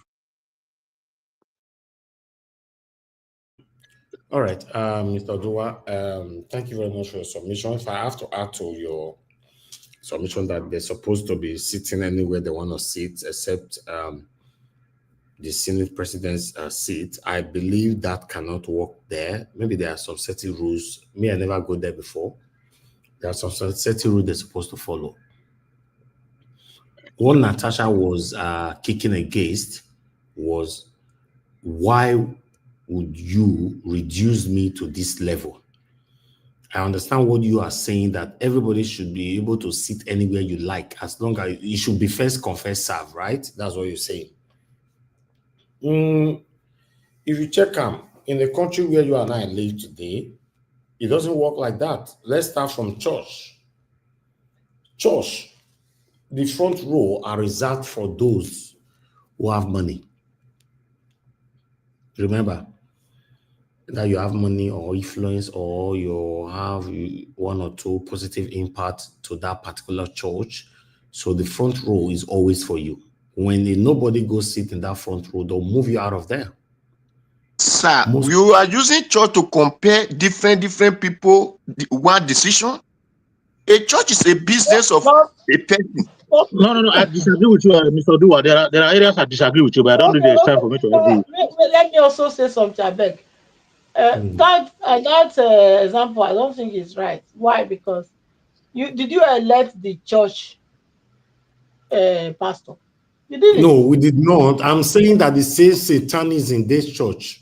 And but because you did not elect this church pastor. But all of them are still satanic, man. All of them. They have the right to choose. No, they don't have the right. The church is even more satanic, because they don't have the right to tell people where to sit. If you the church has the right, because it's their personal business. You come in. No, this is their right. Don't say that. No, the reason why you think they have the right is because our satanic government choose to close their eyes on them. That's why they are doing the rubbish and they are embracing their satanism. They don't supposed to be doing that, and keep the front lines for rich people. So both the pastor, if Nigeria was a country that was both the pastor, whoever, the usher, all of their church should be stoned. What do you mean they have a right? Right of what? Corruption started from the church. Now it's affecting us in the house. With the still the exactly. bypass the church out of it. The exactly. satanic church started it by saying that there's categories that can sit here, there are categories that cannot sit here. Then they carried it to the house. Yeah, but Mr. Elvis, sorry about that. What I'm trying to say is, okay, you can say the church or whatever, but the House of Senate and Representative, okay, they are not supposed to have any corner where a senator that's representing hundreds of thousands of people will be sitting and the camera cannot capture them. Yeah, that's true. Yes, I understand. Now. The same thing inside the church. Somebody the church is not. We are not looking at. No. We are not doing anything. We are talking the right thing. We are talking the right thing. The church has liberty. It's a personal thing. So you didn't elect the church. The pastor is not your. No. Hold on, Madam Patricia, please. Hold on. The church, you said a senator who elected by his constituents and all that and blah blah blah, thousands or millions of them, the same thing inside the church. Somebody who came to speak to his heavenly father is constitutionally father. You kept the person in the back because he's a pauper. Then you not carry the rich man to the front seats. So it's the same thing. If we have to go in category or in comparison, the satanism started from the church. If you check the house, the same way that they arrange their seat for them, now so they arrange them for church. Me, I know they see church, Mr. Naga watch. To support Mr. Naga, to support what you are saying. To support what you are saying, to create difference. To create a difference, let me tell you, in a Catholic church, when you go to a Catholic church, as you go into the church where you want to sit, you sit on it. In a Catholic church, only the Reverend Father sit in the front. So, but when you go to all these Pentecostal churches and everywhere, you see some people sitting at the front because they are richer than the others. So we cannot justify things that are not good. So go to Catholic, you sit anywhere. In fact, now business. Now you are not forgetting our business. Okay, please call it. Are you aware that if Akpabio go to Mother Patricia's church today, Mother Patricia goes down for back, Akpabio goes down for front. Front, God bless you. Now front they will put on. That one a personal business. That one a personal business. Not is something that me I choose person from my state. You choose from your state. Mr. Oduwa, you are provoking me by saying that the church is a personal business. You are provoking me by saying that the church is a personal business. Church is not a personal business. Okay, I want to ask you a question. I want to ask you a question. If you say church is not a personal business, if the house are die, who will read the property? No be every church. No be every church. Ideology. Nigeria is a wrong ideology. Now, a TV Joshua die, who will read the property? No be every church. No be every they church. should do. That's what we are saying, Mr. Oduwa. It shouldn't be a personal business. There should be. And so I cannot use those kind of things to compare what every country is facing. This is what country is facing. You choose person from your state. Me, I choose from my state. The other one choose from his state. People voted these people. Look, when we are now that so I cannot compare those things. So the people that doesn't really matter, we are just beating around the bush. The people we elected, those are the ones we should hold accountable for every evil, every things that we are facing. Madam Patricia, if you like, go to church. If you don't like, don't go. But this one, it is must. Madam Patricia, hold on. Because why? Odua, hold on. Let me explain something for you guys. Let me explain something for you guys now. You have nothing to explain, Black Panther. Madam Patricia, wait, hold on, Madam Patricia. You see the Catholic Church, You see the Catholic Church. Let me tell you something about the Catholic Church. You relax now, make you hear information. I want to give you, make you understand. Me, I don't go Catholic Church. I was going attending St. Joseph Catholic Church, first is secular. Let me tell you all. You not go understand because I know you read. You elected. Look, if you foolishly listen, you have to listen. If you are Madam Patricia, that's your business. Don't be dragging everybody. It's our business. It's business. Being a Christian does not mean you should be stupid. Madam Patricia. Search the scripture. They are there that testify of me. If you are not doing what you're supposed to do, you don't have any right. So please. Madam Patricia, I ask you a question. You don't answer them. For your church, where you sit down, the same way you come out for them and you sit down for them. Wait till you go tell your pastor. No, it's not gonna happen. Might be saying yes, it's not gonna happen. See you, they go carry you from out there. No. If you like tomorrow, you not go that church again. If you whatever tomorrow, you not go again. That will not be any possible. But if this consequences, then we ask you question. We vote you here. Let me wait, Mr. Let me just say something. Maybe it's where you go to that those things happen. Where I go to, That will not happen, because if you are inviting Mr. Akpabio, you're supposed to have prepared a place for Mr. Akpabio to sit. They will not ask me to stand up for Mr. Akpabio. Never. Okay. Anyway, Period. since you know you're right, I like that. So you are not part of the satanism that is going on inside the church. I like that. So that means someone like Mother Patricia now feel disgrace a pastor for church or Sunday if he mess up. I like that. That's what I want. Akpabio cannot just show up. No, Akpabio cannot just show up in my church. Without we not innocent. Can I educate you now? Let me educate you. If it's not a member, you should sit at the back like everybody.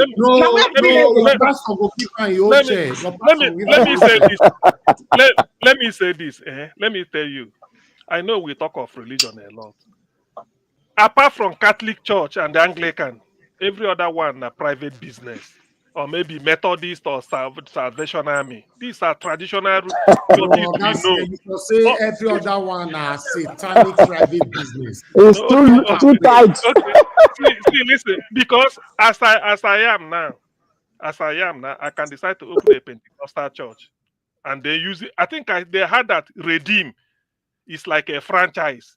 Then go tell you how much you're going to bring to the head office.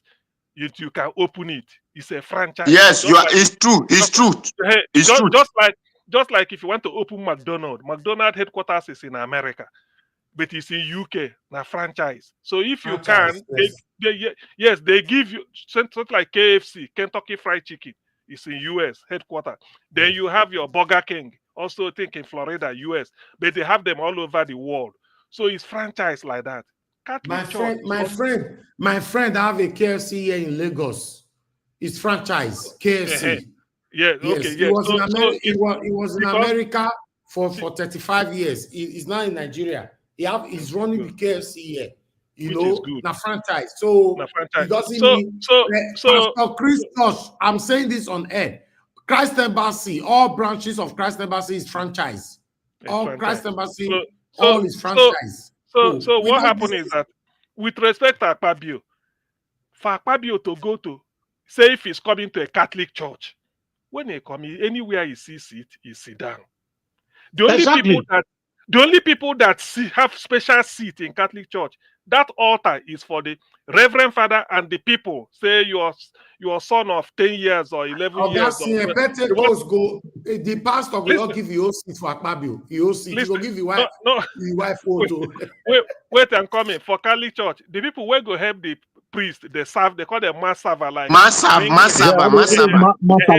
So some of us did it when we were in the maybe 9, 10, 11. Then before you left to secondary school. So this type of, that is only, and they will wear the uniform, like you wear your white, whatever you come with you. There's something on their white. They are always on their white. On their white, then you do this. The rest from that place, and the people that have special seat, if I may say so, are the choir. People in the church to sing song. The people that like they put them in a special, sort like a cubicle. Apart from that, whether you are head of state, you're anybody, anywhere you find seat, you sit. That is just the thing. So there's nothing. But in Pentecostal churches, now lie you. If Akpabio let me explain to you. Let me explain to you guys. All this one at the talk now, not be like so. See, the story don't change. When you enter as a man that is honored in any ramification, in all churches, whether Catholic, they will give you a seat, but it must not be the front row. It must not be front row. They must give you a seat. What do you mean honored? Honored from where? Not honor. Not honor. They will still give you a seat. It's not that. From where? The front row might be for those people that are sword bearers. I don't forget their name. They will put 1 or 2 rows, but the third row they will give it to the governors and. Make I bring picture for you. Which Catholic for see that one, Black Panther? Which Catholic? Make I bring picture for you. Make I bring picture for you. See. No be this one. Look, even the Catholic Church self. Let me tell you something. One secret thing. The Catholic Church, they vote for the Pope. Not be so a lie. They vote for Pope. I'm not right. Okay, tomorrow we'll go discuss them. I will discuss with them. I will bring picture, everything. You are going somewhere. You are going another place. Don't let us divert. See, Oga CM no say I know wetin they talk. All this way they talk, you know they walk. Black Panther. Right, If you Black Panther, if you're a Catholic priest, you live anywhere, go to any other Catholic church, you will be with the same Catholic priest of that church in the same altar. They're not the vote pope or they're the vote pope. How is that what we are talking about? We're talking about it. They're not vote the senior president. They're not vote the senior president. No, they ask first. Now I won't tell you the politics. Now for inside church they forget politics from. I won't tell you how it be. We are talking of private individual. I need to round up now. Okay. Thank you. Let's have our final submission. I appreciate you all. The reason why I have to bring churches in, because the foundation of all these satanic practices started from the church. We should know that. Yes, now there is a senior president allegedly now. Simple. What you got it right. Simple. That's it. Hold on, please. Senior president allegedly sleep with Natasha Accuses. You know, the same way lots of pastors have been accused of doing the same thing to their members, you know, in Nigeria. So a lot are happening in Nigeria, you know, so the religion, it's just unfortunate that whenever we talk about this religion of a thing, the way, you know, their followers still they carry the whole matter, the wala or come from everywhere. They don't understand, you know, even it's very, very obvious to everybody now that the biggest problem, the biggest ever problem that we have in Nigeria is religionism. Is the biggest ever. Because these people, they have followers. They can never tell their followers the right person to vote for. They don't do it. Then you are telling me it's not the biggest problem? They can never tell their followers the right person. They know the right person, but they can't dare. So let's say it how it is. You know, the biggest problem we have in Nigeria is pastors, religionism. Nathaniel Ambassi, tonight, now you will still do live, Hallelujah Challenge, 700,000 with the wash. Is anything wrong? Just use the opportunity at the end of the closure, tell the 700,000, 500,000 people that is watching that, oh, please, see what we will do to have a better country. They can't dare. Pastor Jerry have more than 200,000 people or 150,000 watching him every morning. Is anything wrong every morning and tell the people, see. They can't dare. So in case you are not aware, what the religious leaders are doing and our politicians is that day your day, make a day my day, not step on my toe, I will not step on your toe. This is what these guys are doing. This is what our religious leaders and our politicians are doing. So they are backing each other. Say, if you not talk to us, we'll not go talk to you. Do your thing, make we do our thing. And it's a big problem. Exactly. It's a very, very big problem. So sometimes when we see people try to defend them, defend your faith. I don't have a problem with that. Defend your faith.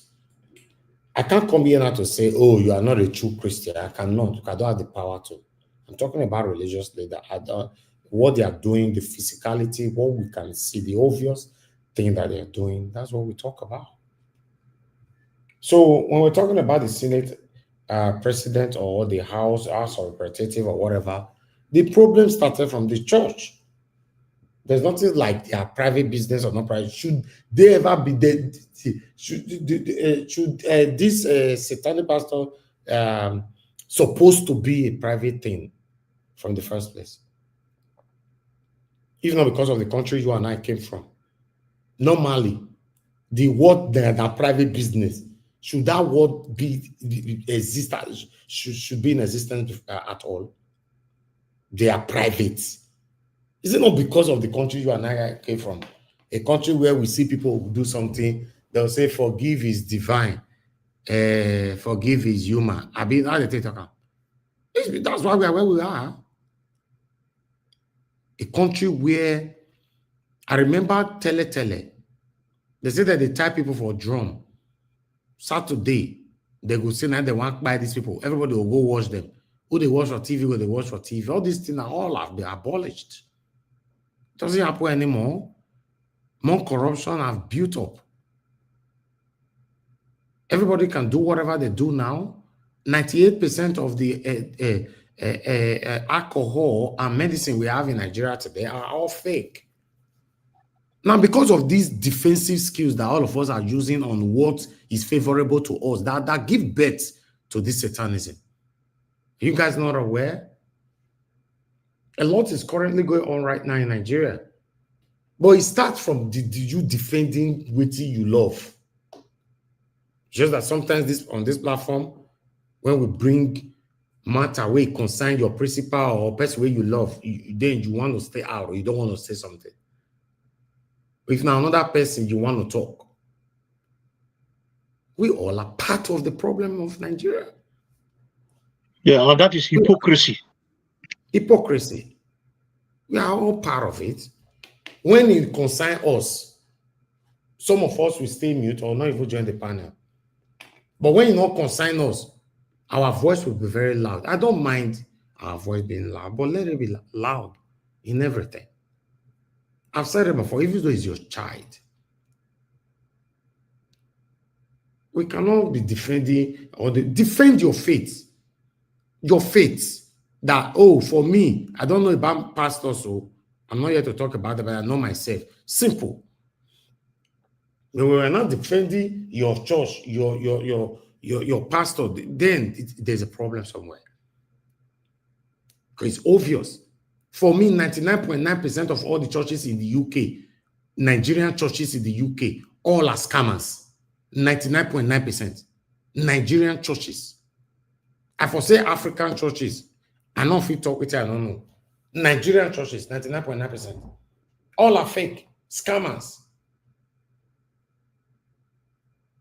I was head of Usher for 5 years in Christ Embassy. And I was assistant head of cell meeting for same 5 years in city of Bristol. I've said this so many times here. I always say things that I can prove. 5 years, good 5 years. I spend a lot on my church. The biggest Christ Embassy church in Bristol. So I know what I'm saying. I'm not criticizing, but I'm telling you the facts. That 99.9% of Nigerian churches in the UK, all are scammers, are fake. And I believe that's how it is in the other developed countries. America, Canada, Europe. So please, let's defend our faith and stop defending pastors or churches. They are not what we think they are. They are satanic. They are the problem. Do you know that this thing that happens that you and I are talking about right now, Akpabio versus Natasha, no church in the whole Nigeria that will talk about it. None. On Sunday in the next 48 hours will be your Sunday. They won't die. Then you not be telling me they are not satanic. Which one be private? They are private. Should they be private for at all? Which one is private? None of them will talk about it. It's you and I that will talk and lose our voices here. So our problem is huge, man. It's huge. And we ourselves, we are also part of the problem. Because we are selectively passing our submissions. When it's favorable to us, we stay mute. But if it's something where we hate, we go jump, and it's not nice. That's why most of you, we will always have issue. Either you label me as, oh, Mr. Elvis is a bad person. But if they genuinely ask you privately, say, how this man take bad, you don't say anything to talk. You hear to say, no. Like one year woman we fed this platform. We can't come out. We disgracefully send ourselves come on for a year. I don't want to mention her name. Just little thing like this. Hey, Mr. Elvis, we don't they know you now. Don't they know you now? What do you know about me? Now, so they be when you not favor them. They'll say, yes. We don't. How? A platform that I've been running for over 10 years now. I've hit my chest daily who I am. I don't have nothing to hide. I will say everything on a live. We don't do pre-recorded video here on our evening broadcast. It's live. This is live. Our mistakes are in there.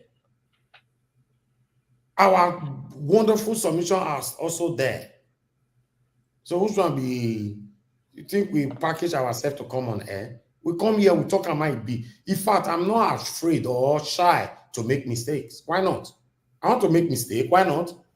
You want to mock me or laugh me because of my mistake on air? No, you can't. Because I'm a human being.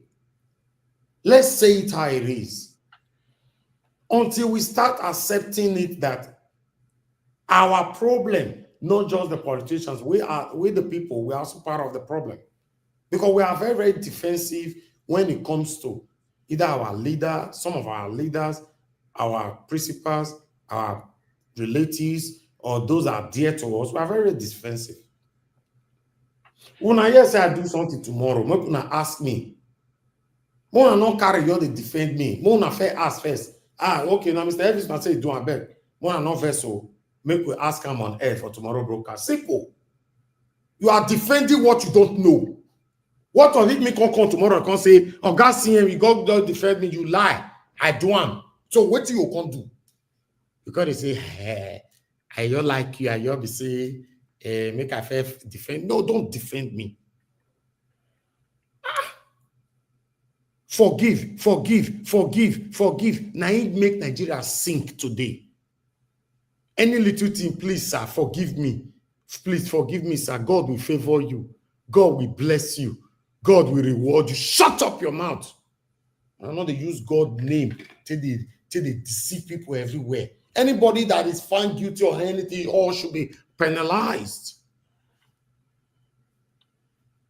We are still looking forward to that leader that will first come into power and abolish all the churches in Nigeria and put a strict order, rules, before you can have church in Nigeria.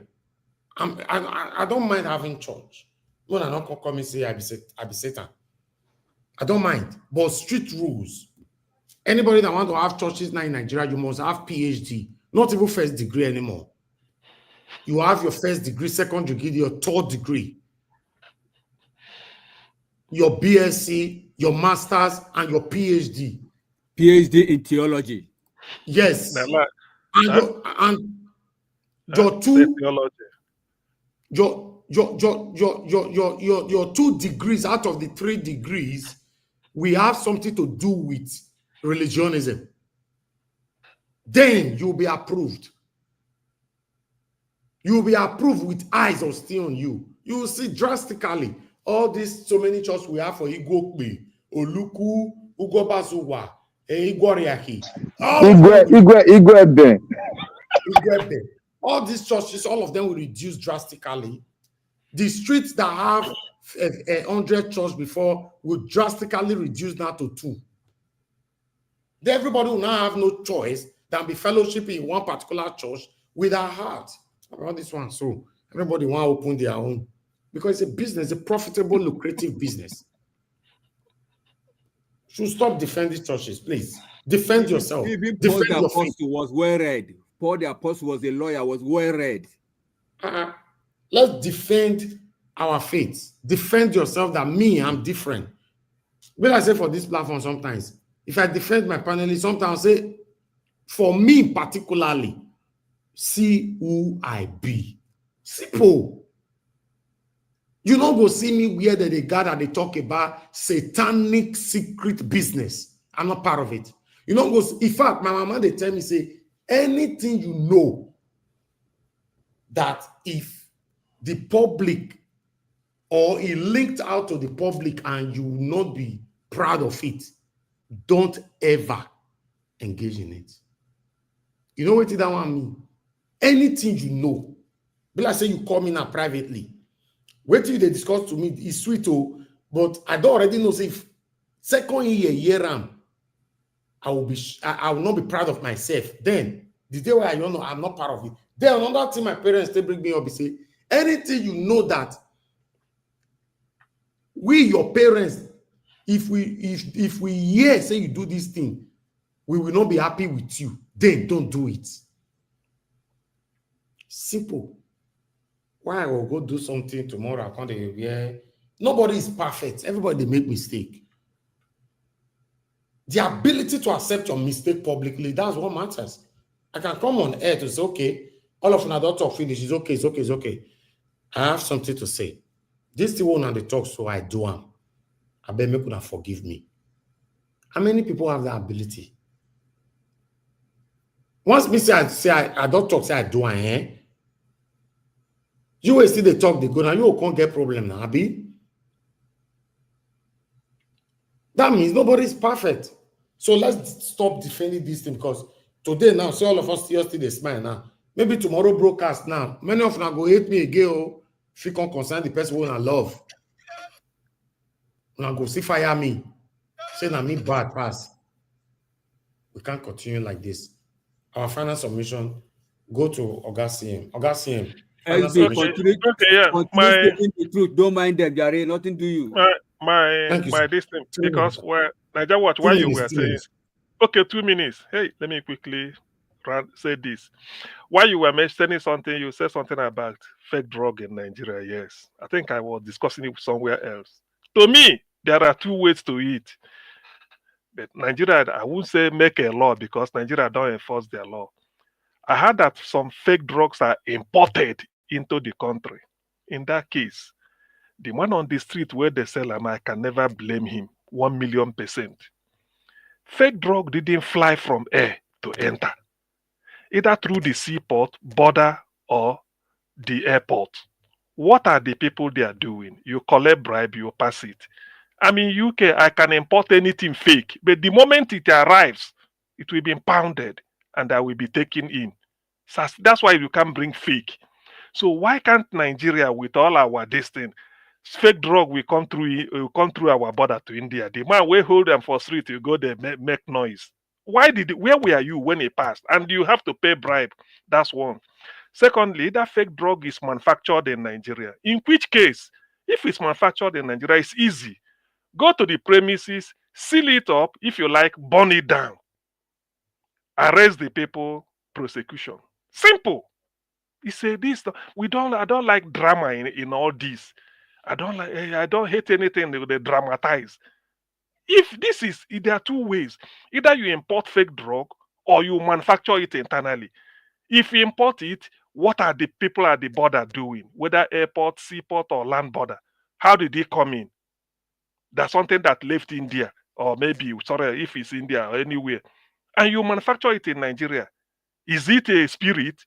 Don't you have a premise? Hey, seal up the place, arrest the people. Simple as that. You have so many faculty of pharmacy in Nigeria. They do the test, say this is fake, and they carry you. That's all. By the time you carry people, like since Odora started it, I don't know it has come back again. So Nigeria, because it's bribe. When you look into this thing, you find out that people in NAFDAC are aiding it. But let me stop here. So it's a simple, something that can easily be solved. If there is no personal interest or people at the top or big men, all this rat, telling it on the street, is a simple issue. Thank you. Thank you, Oga. God bless you, sir. Tomorrow we'll continue from where we stop, by God's grace. Oga F. Emmanuel, your 2 minutes, sir. Okay, you are not there. Okay, thank you. Thank you so much, Service, once again for the opportunity. Yeah, Dr. Sia, when you were talking about the fake drug and all that, it's simple. It's all about the law of demand and supply. There must be a demand before there will be a supply of that fake thing. So some people are making their billion through those fake drugs and all that, And if you hear the people that are doing this thing, you'll be shocked. You'll be shocked. So where there is a demand, naturally supply will flow in. So it's as simple as that.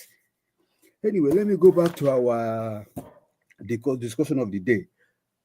Well, the truth is,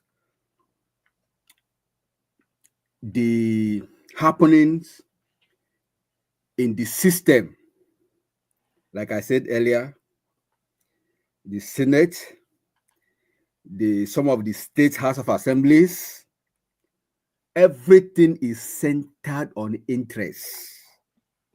Self, not the people.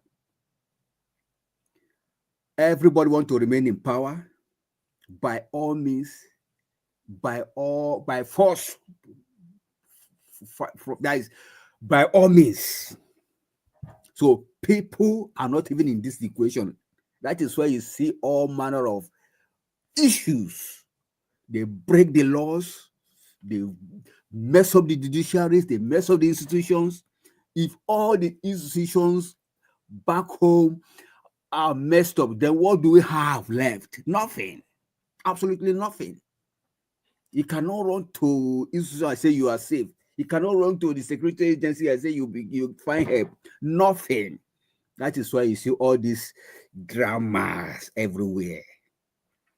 So the truth is, the day where we wake up, that will be our morning. So maybe we are still sleeping. We are still sleeping. And it has become something that some of us have even accepted it the way it is. Every nonsense, every Dick and Harry can just do anything and get away with it. And nobody will say anything. Few days ago, somebody just came after 32 years. Thank you. Rubbish. It's okay. Thank you. I don't want to digress to that part because that one alone is already giving me stomach ache. So I rest my case there. Thank you, sir. Thank you, Oga F. Man. God bless you, sir. Thank you very much. Madam Patricia, if you can stay there with us, 2 minutes, ma'am. Let the other speak. I'll just listen. Okay. Thank you. Okay, ma'am. Okay. All right. Oga, please call is 2 minutes, sir. All right. Thank you, Mr. Nanjawas. Thank you very much. It is well, for me, the idea of that fake drug and fake other things that comes in from the country, from the submission of Garcia. I think I'm having a kind of contrary view to that because most Nigerians, they go out of this country, they go to all this India and other part of the world where they produce these medications and come up with a substandard. They will deliberately ask those people to produce substandard medications for them to import to their country at a lower price so that they can make more profit. You see, now the fake drugs that we have in Nigeria is not brought into Nigeria by foreigners. It is brought into Nigeria by Nigerians. So if the border people cannot do everything, what happens to patriotism? That is why we say that Nigeria, we are first of all our indigenous or ethnic acceptance before we say we are Nigerians. What happened to patriotism? If patriotism as Nigerian, refer to the deep love, loyalty in terms of commitment that you as a citizen have towards your country as Nigeria. It goes beyond just singing the national anthem that we don't even know. Many Nigerians don't even know our national anthem. So it goes beyond that, and it is not about just raising our flag there, saying that I'm a Nigerian. It is about actively contributing to the progress and unity of the country. And what patriotism actually means has to do with you love for your nation, genuine caring about the country or developmental process of your country, in terms of culture, people, and regardless of ethnic or religious differences. Now, if you look at unity as a body, it's not there in Nigeria.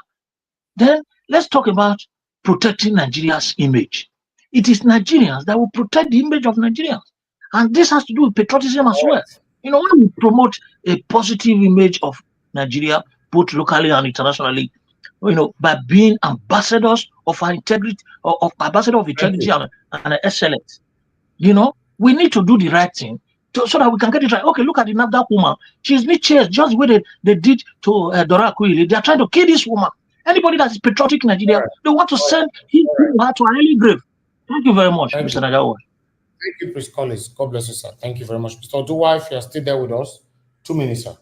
Thank you. Well, let me say that those who they choose to be a senator know that your constituents send you there to go and represent them. So sit in any position you find and make sure your voice is heard, because you are there for your people. You are not there for the Senate president or the men that are in that position. You are there just like the way they are also. So any seat that is available, sit and talk. So let nobody corner you to a position before you can talk. Let the person know that you did not carry seat from your house to this place, and nobody will choose seat for you. This is the seat of the Nigeria. So sit there and talk to Nigeria. Thank you. Then for the drugs that we are talking about, well, if they said really they import fake drugs, it is the Nigeria that are doing everything. But we just call it, it is not by tribe. This one is not by tribe. It's not by ethnicity or whatever. I will tell you that we, the blacks that live in that environment called Nigeria, doesn't have value for ourselves, doesn't have value for human being. That is why we value paper known as money. And that is why when person is training, you begin to see everybody will be shouting. That is why they are doing comparison. Instead of we to do comparison of good things, we'll be doing comparison of chaff. So because we value chaff, that is why you see today, look at the children, they will tell you they're using that person for money, they use the other one for money, they use this one. Because we don't have that value of humans. We don't have value of human. A person that they give contract to do, he did not do it and go and put a black charcoal on the road. It's still the same thing with person who import fake drugs. The person that is in the office, which is lecturer, that said, student, you will not pass because you did not sleep with me. It's the same person, it's the same ritual. All of them are the same group with the person, because we don't have value for humans. Sir? Thank you. Thank you. 2 minutes now, I will give you before. Thank you, sir. Mr. Black Panther, you are the last person. Those who do comedy. Because you read comedian. Oh, let me talk. Thank you once again. You see, I would have want to dig into that religion so that people will understand what is called religion and what is called a follower of Christ. I would have dig deep. As I am, as small as I am, anywhere I go, now gift. If I go into an organization, I can never be a backbencher. It is just a grace. In the church ministry, the only position as I small reach so, because I started it very small. I was not born into a Christian home, but I decided to do it because I know that there is a creator called God, and he made me to know Jesus and some other prophets. And it is true. But that does not relegate my religion, because God recognizes your own culture too, because he gave it to us. Now, concerning drugs, it's a very big topic. We have to speak on internationally, we have to speak locally. So it's a holistic. I wouldn't like to dive into that because it's not a cheap topic. It's a big topic. A lot of people have wrote books on it, and we cannot just talk on it small like that. No, it's a big topic. Concerning international relationship between two countries, and it's something that they are using to mean us down as a continent, Africa. Now, let me just go on that, the woman. I would like to say here that you don't defend, before I go, most of us are doing things, we are doing it wrongly as a child of God. You don't defend God. Because this same God you ask every day, come and help me, come and help me. How can you defend the God that you pray for to come and help you? You now want to go and defend him or defend the church as a, you can't defend it. What you are mandated to do is to preach the gospel and win people's heart to turn to good people like Jesus was. That is what we're supposed to do. But because of the kind of religiosity they put into us, and we that are followers of Christ, we refuse to study on our own. We also refuse to study to even know country, our country itself. When we speak, people say, "Oh, not be history they talk." You see how it's going to. If you don't know where you are coming from, how will you know where you are going to? So on Natasha's case, I stand with her. And remember, I want to remind you all.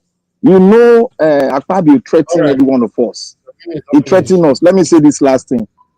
Let me say this just 10 seconds. Akpabio threatened everybody. He said, if anybody come to riot with him, he's going to take them down.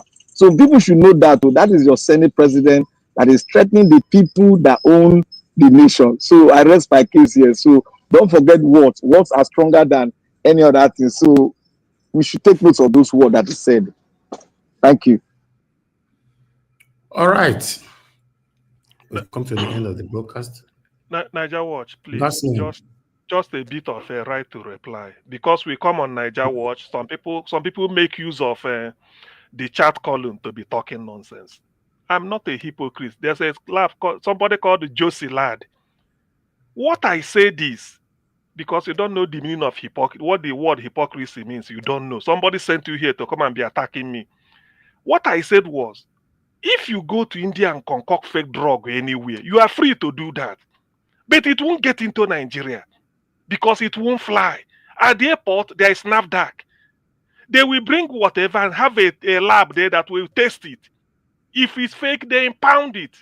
A pharmacist will be there working for NAFDAC.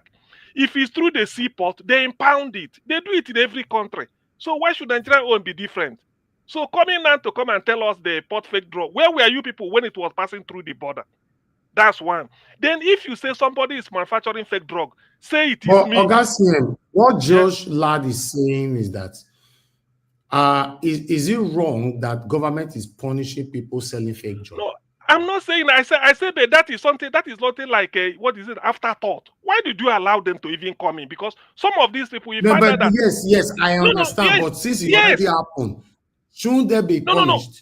They will punish, but because that is the drama they are showing us. Do your job first. That is even more effective. Do you know that? Stopping it at the border. No. That is Augustine. Even in UK, hold on now. Even in UK, they normally do their primary job, but apart from that, they still find out illegality sometimes. You know, illegal immigrants are in the UK, right? Their border is filled up, is well protected and all that. It still happens. Yeah. So what George is saying, according to the comment when me read, he said, like this one, he said, people are selling fake drugs, government punished them, and CM is blaming the same government at a high level of hypocrisy. You know, so what I'm saying is not hypocritical. What I'm even trying to say, do you remember Dora Akunyele when he fought fake drug? He went to India. It was there they told him that people come here to say they want a low quality drug, that the one they consume in India, they bought it at the pharmacy and this genuine. He said, but when you now bring it in, why do they allow them? Because immediately they manufacture it in India, within 24 hours it's out of their country. So why do Nigerians allow it in through NAFDAC? Where you are coming from, yes, I agree with you. That is more effective. So what are the drama I'm talking about? Where you are coming from, I agree with you. Where George is coming from is that people who bypass the law or anyhow, they have been caught and penalized. I'm not against that. I said, but CM is not against those that are penalized and be punished now. I'm even telling them a more something. No, it's true. That is one. Then another person again, God's grace, he said what they want are making. I said, these people don't listen. I said there are two. Either you import it or you manufacture it in your country. I said the one of manufacture is even easy because it's your country, you know the place. I said, burn the place down. Didn't they hear me say burnt? Didn't they say arrest the people, prosecute them? The other people when they comment, okay, God's grace say the one where you call us now, he say, why India? Why about the one they made in Abia? Is that They never catch them. They know they catch them. They know situation they catch them. They burn them down. What do they ask them? You see, when people That's come here, people where they comment section. I'm They won't go. They won't carry enter tribalistic thing. No, don't mind them. No, it's true. Listen, when I say there are two ways, Right on point. They are trying to go on tribal now. That's what they're trying to do. I said If you don't talk against your people, they'll say you are tribalistic. I said, listen, I said it's either you import it or you manufacture it internally. So internally it's even easier because you know the address where they're manufacturing it. Arrest the people. I said burn. I didn't say close. Burn to the place down. Is that not what I said? And they're still telling me that CM, what is this? Some people are just here.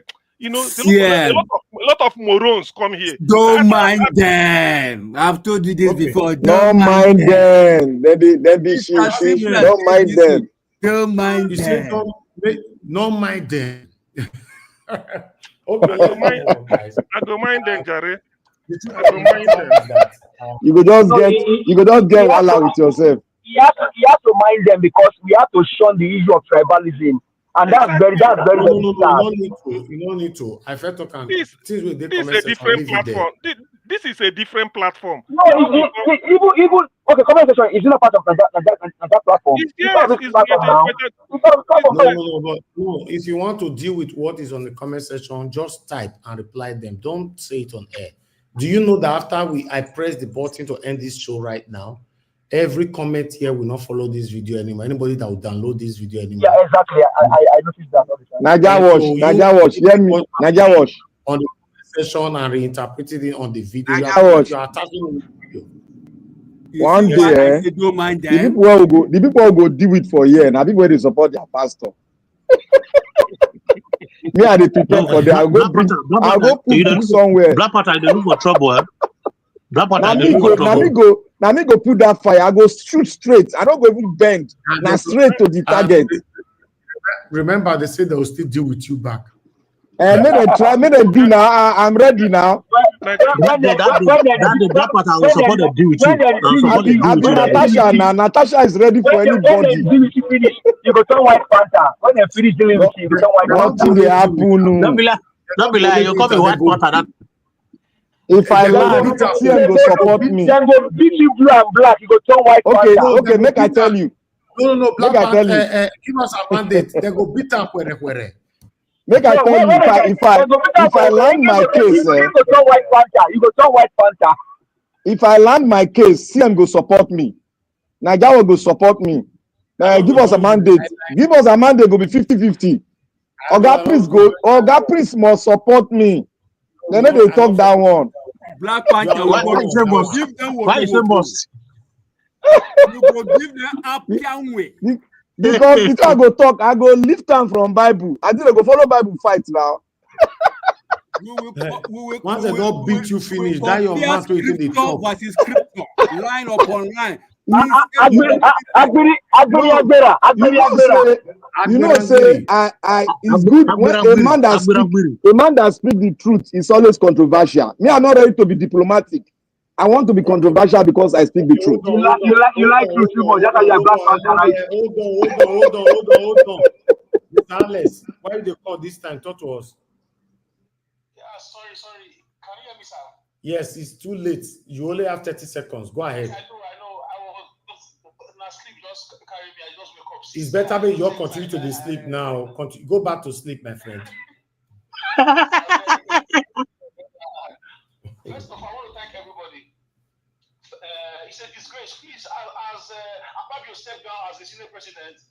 I don't want to call you my confirm, Mamo. You know, say you there, Magba. When I don't raise ADB. When I don't raise the motion, for Magba.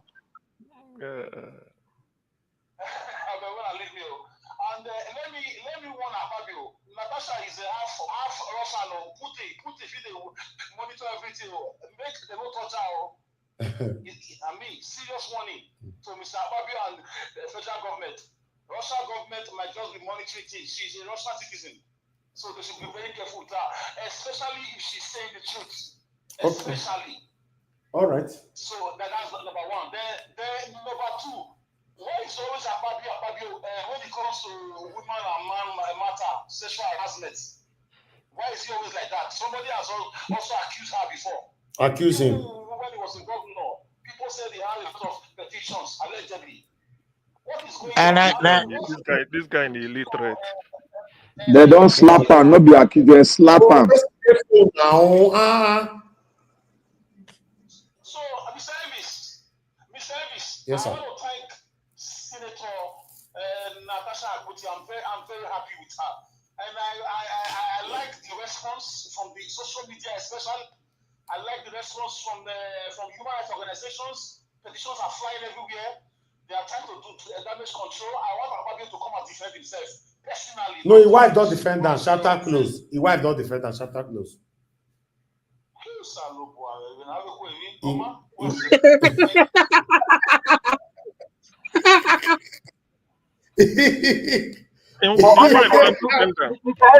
The question that the wife would have asked about Akpabio is that, is he only you one in the Senate? Is he only you one all the time that women are always alleged? Chapter close. Let's move on. The wife don't defend them. The wife they defend who they don't slap before. You know they shit, they slap your husband. You know, he's saying he third leg, they're very strong. He third leg. That's in the AI way there in between. That one don't pass something. Akpabio now na AI. Descendant of Solomon. That's how they do. Even that man where they put for left will be like Rufai na AI. Anyway, I appreciate you all my people. Now, don't say this is our platform for you. If we not quick press the button, that's all we all go talk. You know, remember when they talk reach 4 a.m. in the morning, 5 a.m. in the morning. You know? Yeah. We'll start that one again when election starts. But for now, you know, let's just all the guru, they will come here. I had to wait for them. Election they come.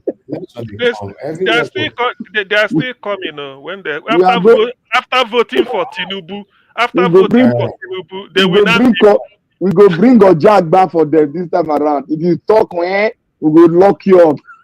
You'll see all of them go come. They'll say, Mr. Elvis, I've been away. We love you. You are the man of truth. We love you. Come and contest in our state. Oh, na lie. Don't mind them. Oh, na lie. They use us. They try to pacify Mr. Naija Watch. They never know anything. Sometimes they even go as far as dropping $5 to make you feel good. Oh, na lie. Don't mind them. Let's continue to stand for what is right, my people. Joke apart, sometimes we apply comedy to what we do here, but still, the reality is that Nigeria is not working. So let's continue to stand for what is right, see how we all can come together to speak in one voice, to speak against whatever that is. Allow me to give my own last 2 minutes. Huh? We just still cut me off again. Okay, go ahead now. 2 minutes. No, just the last question. If you finish, I'll talk. Finish my talk. Go ahead, sir. No. Talk your own now. Go ahead. Now, okay, thank you very much. No, I mean, I give my own final submission before we come up for here tonight. So that way, no, not cheat me. I not cheat you now. Thank you very much. What you want to talk again now? You don't talk finish now. Don't mind them. Cool down. Don't mind them. Don't mind F. Emmanuel. Don't mind them. No, well, I think. Please, give us a mandate. Just 10 seconds of your time. This Mr. Josie lad, come into Naija Watch. Let me debate you. Don't just be there and be talking nonsense. How can CM be defending fake drug? Do you think I'm like you? Okay, it's okay. Oga CM, please. You can't be bringing what is on. You're always doing this thing, and I believe you. I mean, people are seeing it now. People are seeing it. But you respond to the people on the comment section. You can type there. You can type there now. If this video end now only you they talk. Nobody see you be judged or whatever. Now only you they talk. If this video end, anybody that will download this video, it's not nice now. See them, type am for them, make you see them. Go ahead, give us a mandate. Well, thank you very much. I would just say that to what Mr. Alex was saying about Akpabio, right? I think the question that the wife would have even asked the husband, that if they truly have dignities? That's the question that Mr. Alex asked.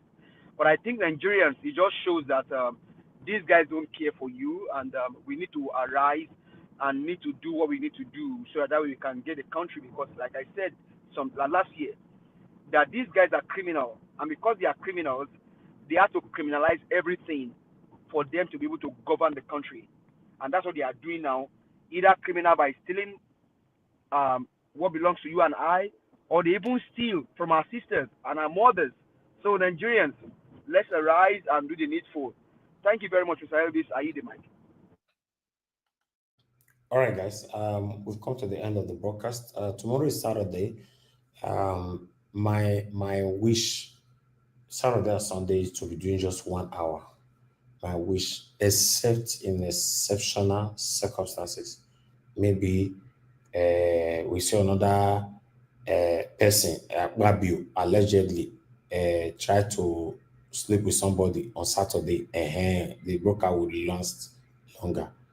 Or Sunday, you see another somebody like Akpabio, maybe try to sleep with somebody like Natasha, allegedly, the brokers will long. But without those kind of things, I think 1 hour is enough on just Saturday, Sunday, and we are good to go. So for those of you that want to add to our submissions, or rather our broadcasts or topic on Saturday and Sundays, try to join us on time, like my brother Black Panther doing for me here. Just come in on time, put in your voice quickly, then we round up quickly and everybody move on time. So 7 p.m. I come on air. I do my presentation sharply. Obviously, Saturdays, I will not do a long presentation. I'll only just do if I can do 20 minutes is enough. Then use the remaining minutes to talk, and then we're done. Like I said, in exceptional circumstances, like Akpabio versus Natasha, go stretch and small. If not, that's fine. Monday to Friday, extensive, doing 4 hours, that's fine. But can't be doing 4 hours on Saturday or Sunday. So always understand with us. Keeping the consistency of every day alone is already something.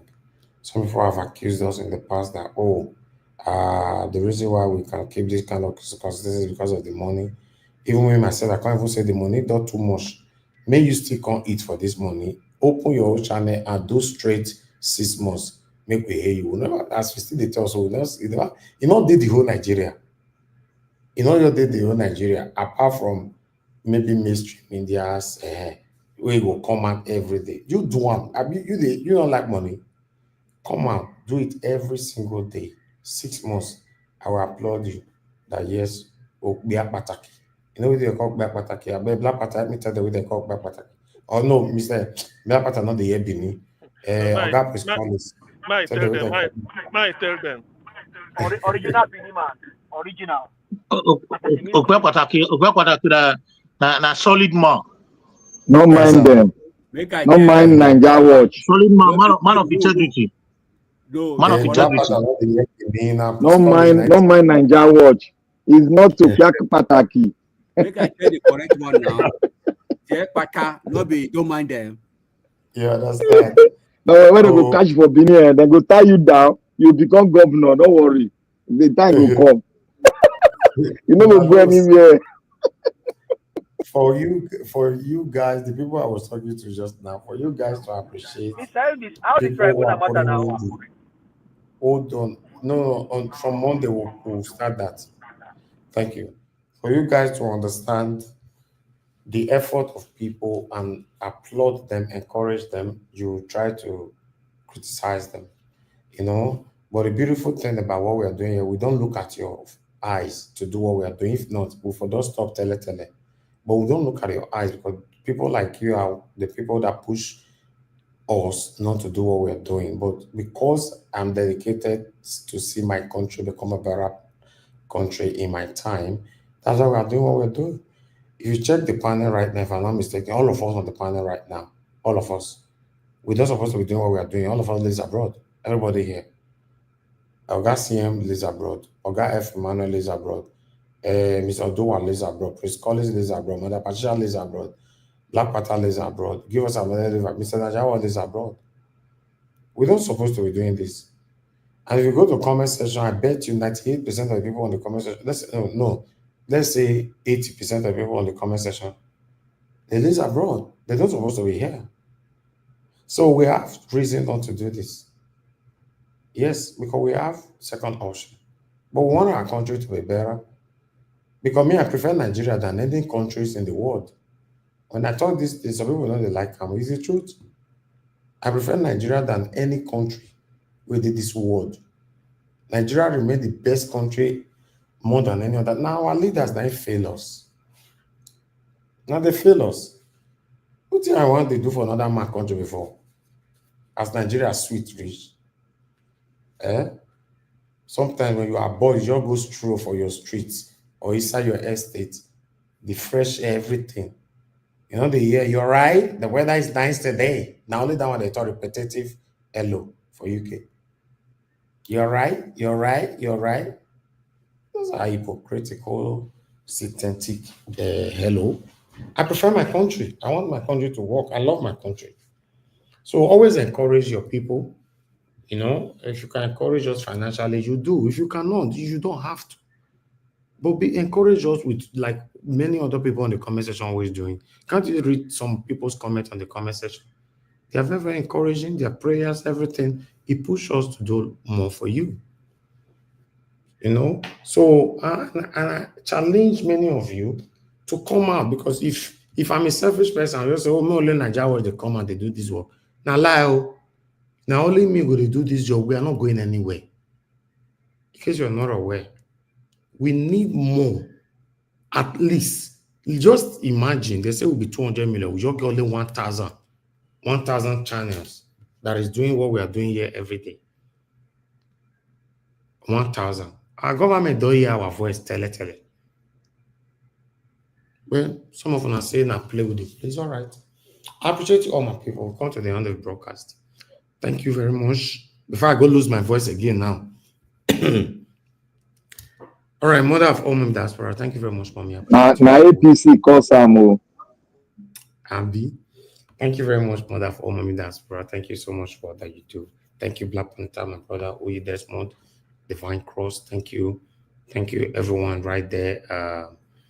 Mr. Johnson, Emmanuel, Josh Ladd, you and Ogasi and Nice body for this one today. Mona, calm down. Ogasi is not hypocrite. He's not an hypocrite person. Please let him be. Mike Akionbari, thank you, Jidima, thank you, God's grace, thank you. God bless all my people, and God bless you now. We'll come to the end of the broadcast.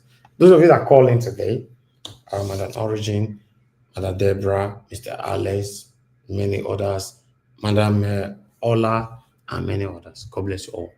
Those of you that supported the channel, 7 Girl Mede, Olabi Esoyemi, and Victor Organempos. Thank you. God bless you all, my people. Please subscribe to our channel and hit the notification bell. Help us to share our broadcast and like our videos. Anyone dig? I know they remember some more. You know, easy. Now only one brain. Anyway, we come to the end of the broadcast. Good night and bye.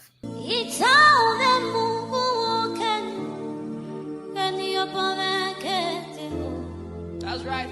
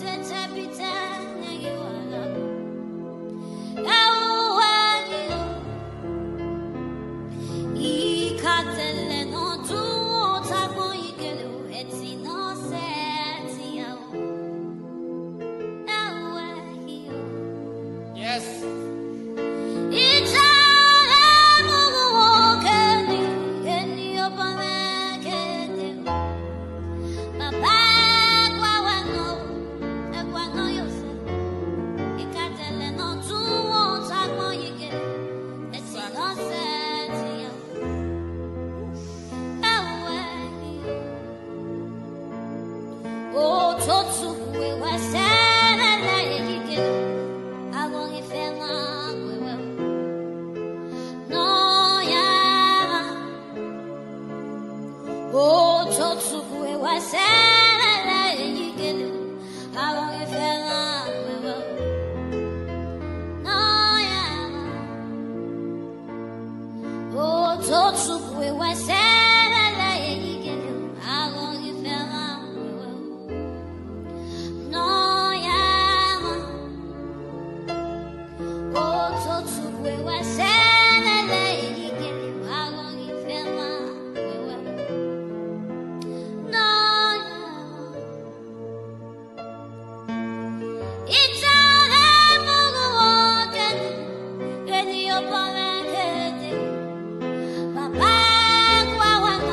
There's power here tonight.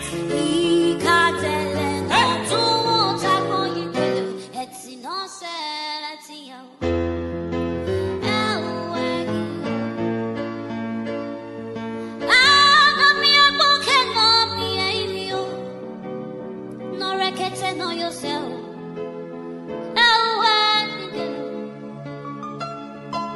If you're